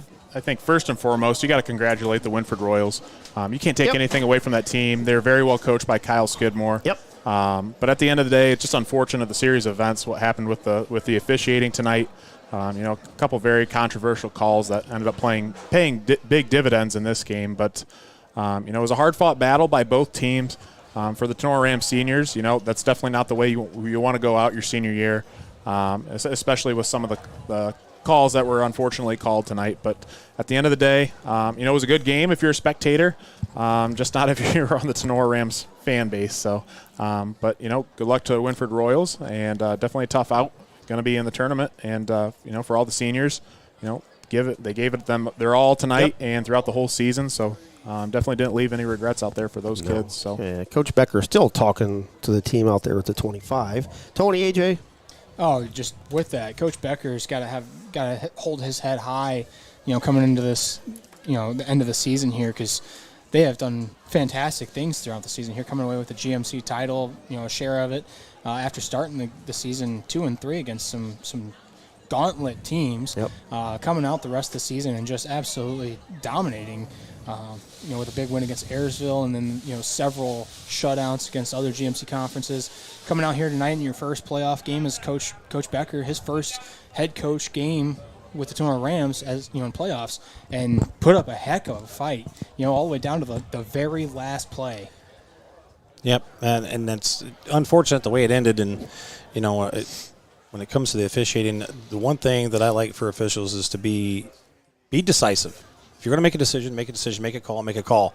And, on the touchdown pass that they called, ended up reversing. They had originally called it interception, then the referee comes in from a long ways away and overturns that call. It's very indecisive. It leads to a lot of controversy.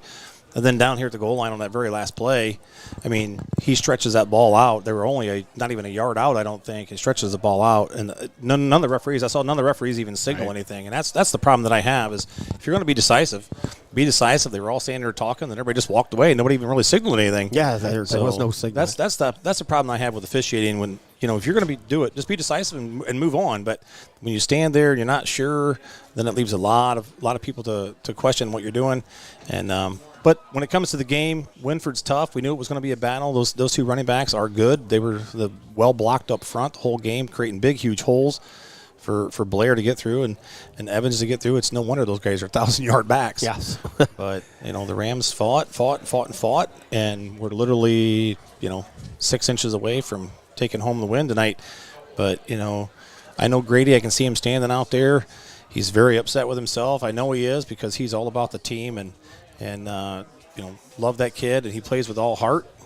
and he's more about the team, and I guarantee you, he's more upset that he's probably feeling that he let the team down. And Grady, I'm going to tell you, you did far from letting that team down, buddy. You played with all heart, gave it everything you had. And, unfortunately, it just didn't go our way tonight. You can tell that about all the kids here tonight from the Rams. You know, they all poured their heart into every single play.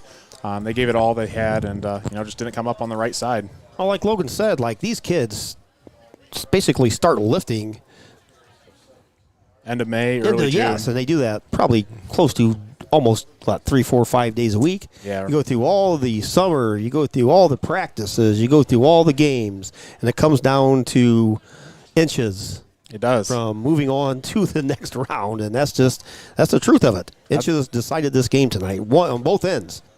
Yeah, that's how the saying goes. I mean, football's a game of inches, and I mean, it really did. I mean, it was literally a matter of inches of that ball crossing the plane. If it would have been a touchdown. So yeah, and honestly, don't know whether it did cross the plane, and I don't think the referees did either. That's why they kind of stood there and talked for a minute. But you know what? The Rams played clean the whole game until that play right there. They hadn't committed a turnover all night.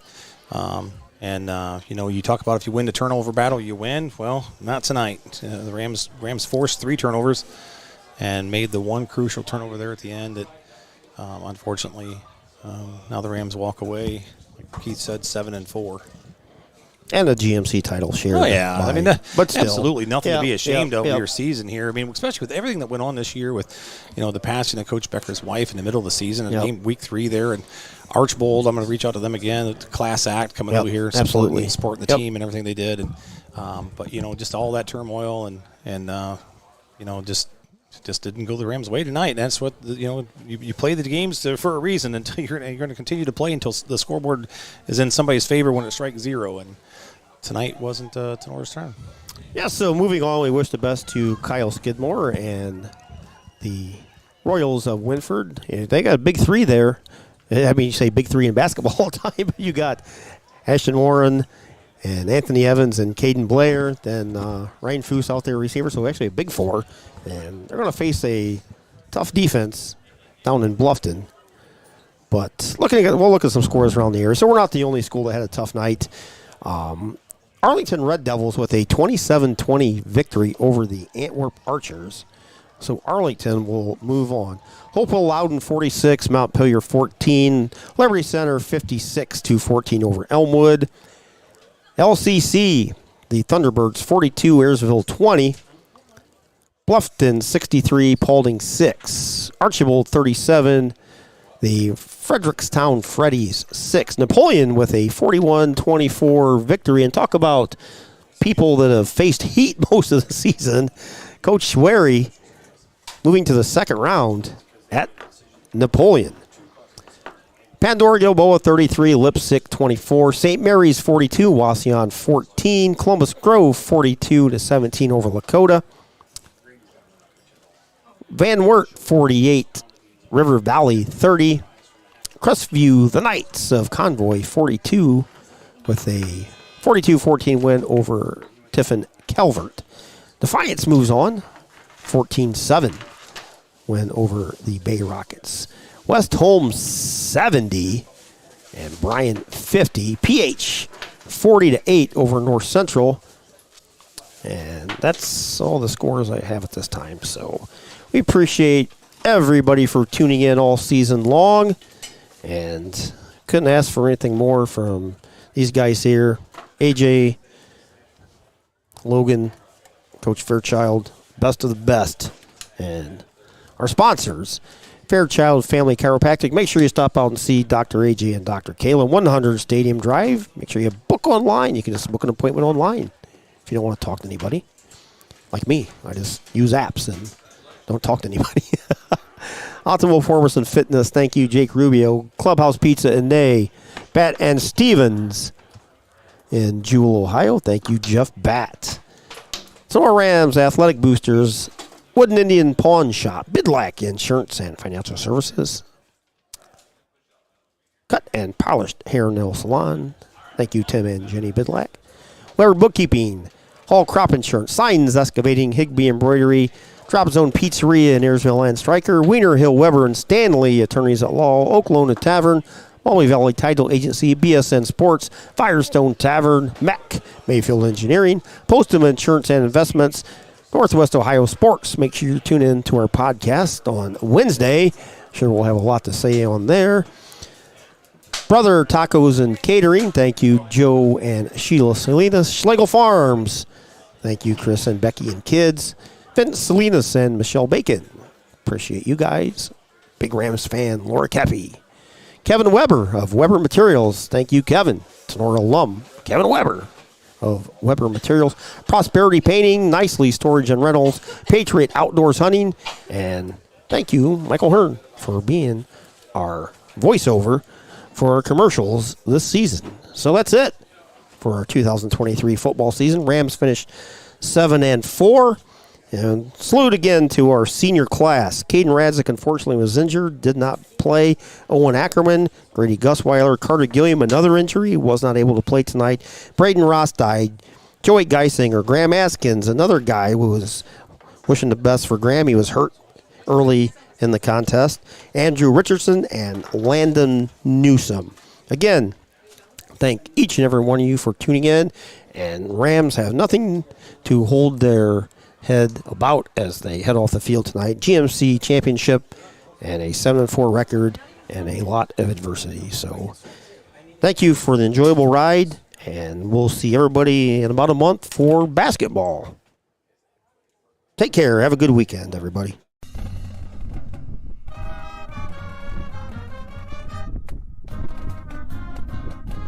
Thanks for listening to this exclusive presentation of Tinora Rams Sports. Be sure to tune in next time when we bring you more Rams action. And follow us online at TenoraRamsSportsAudio.com or on Twitter at TenoraRamsAudio.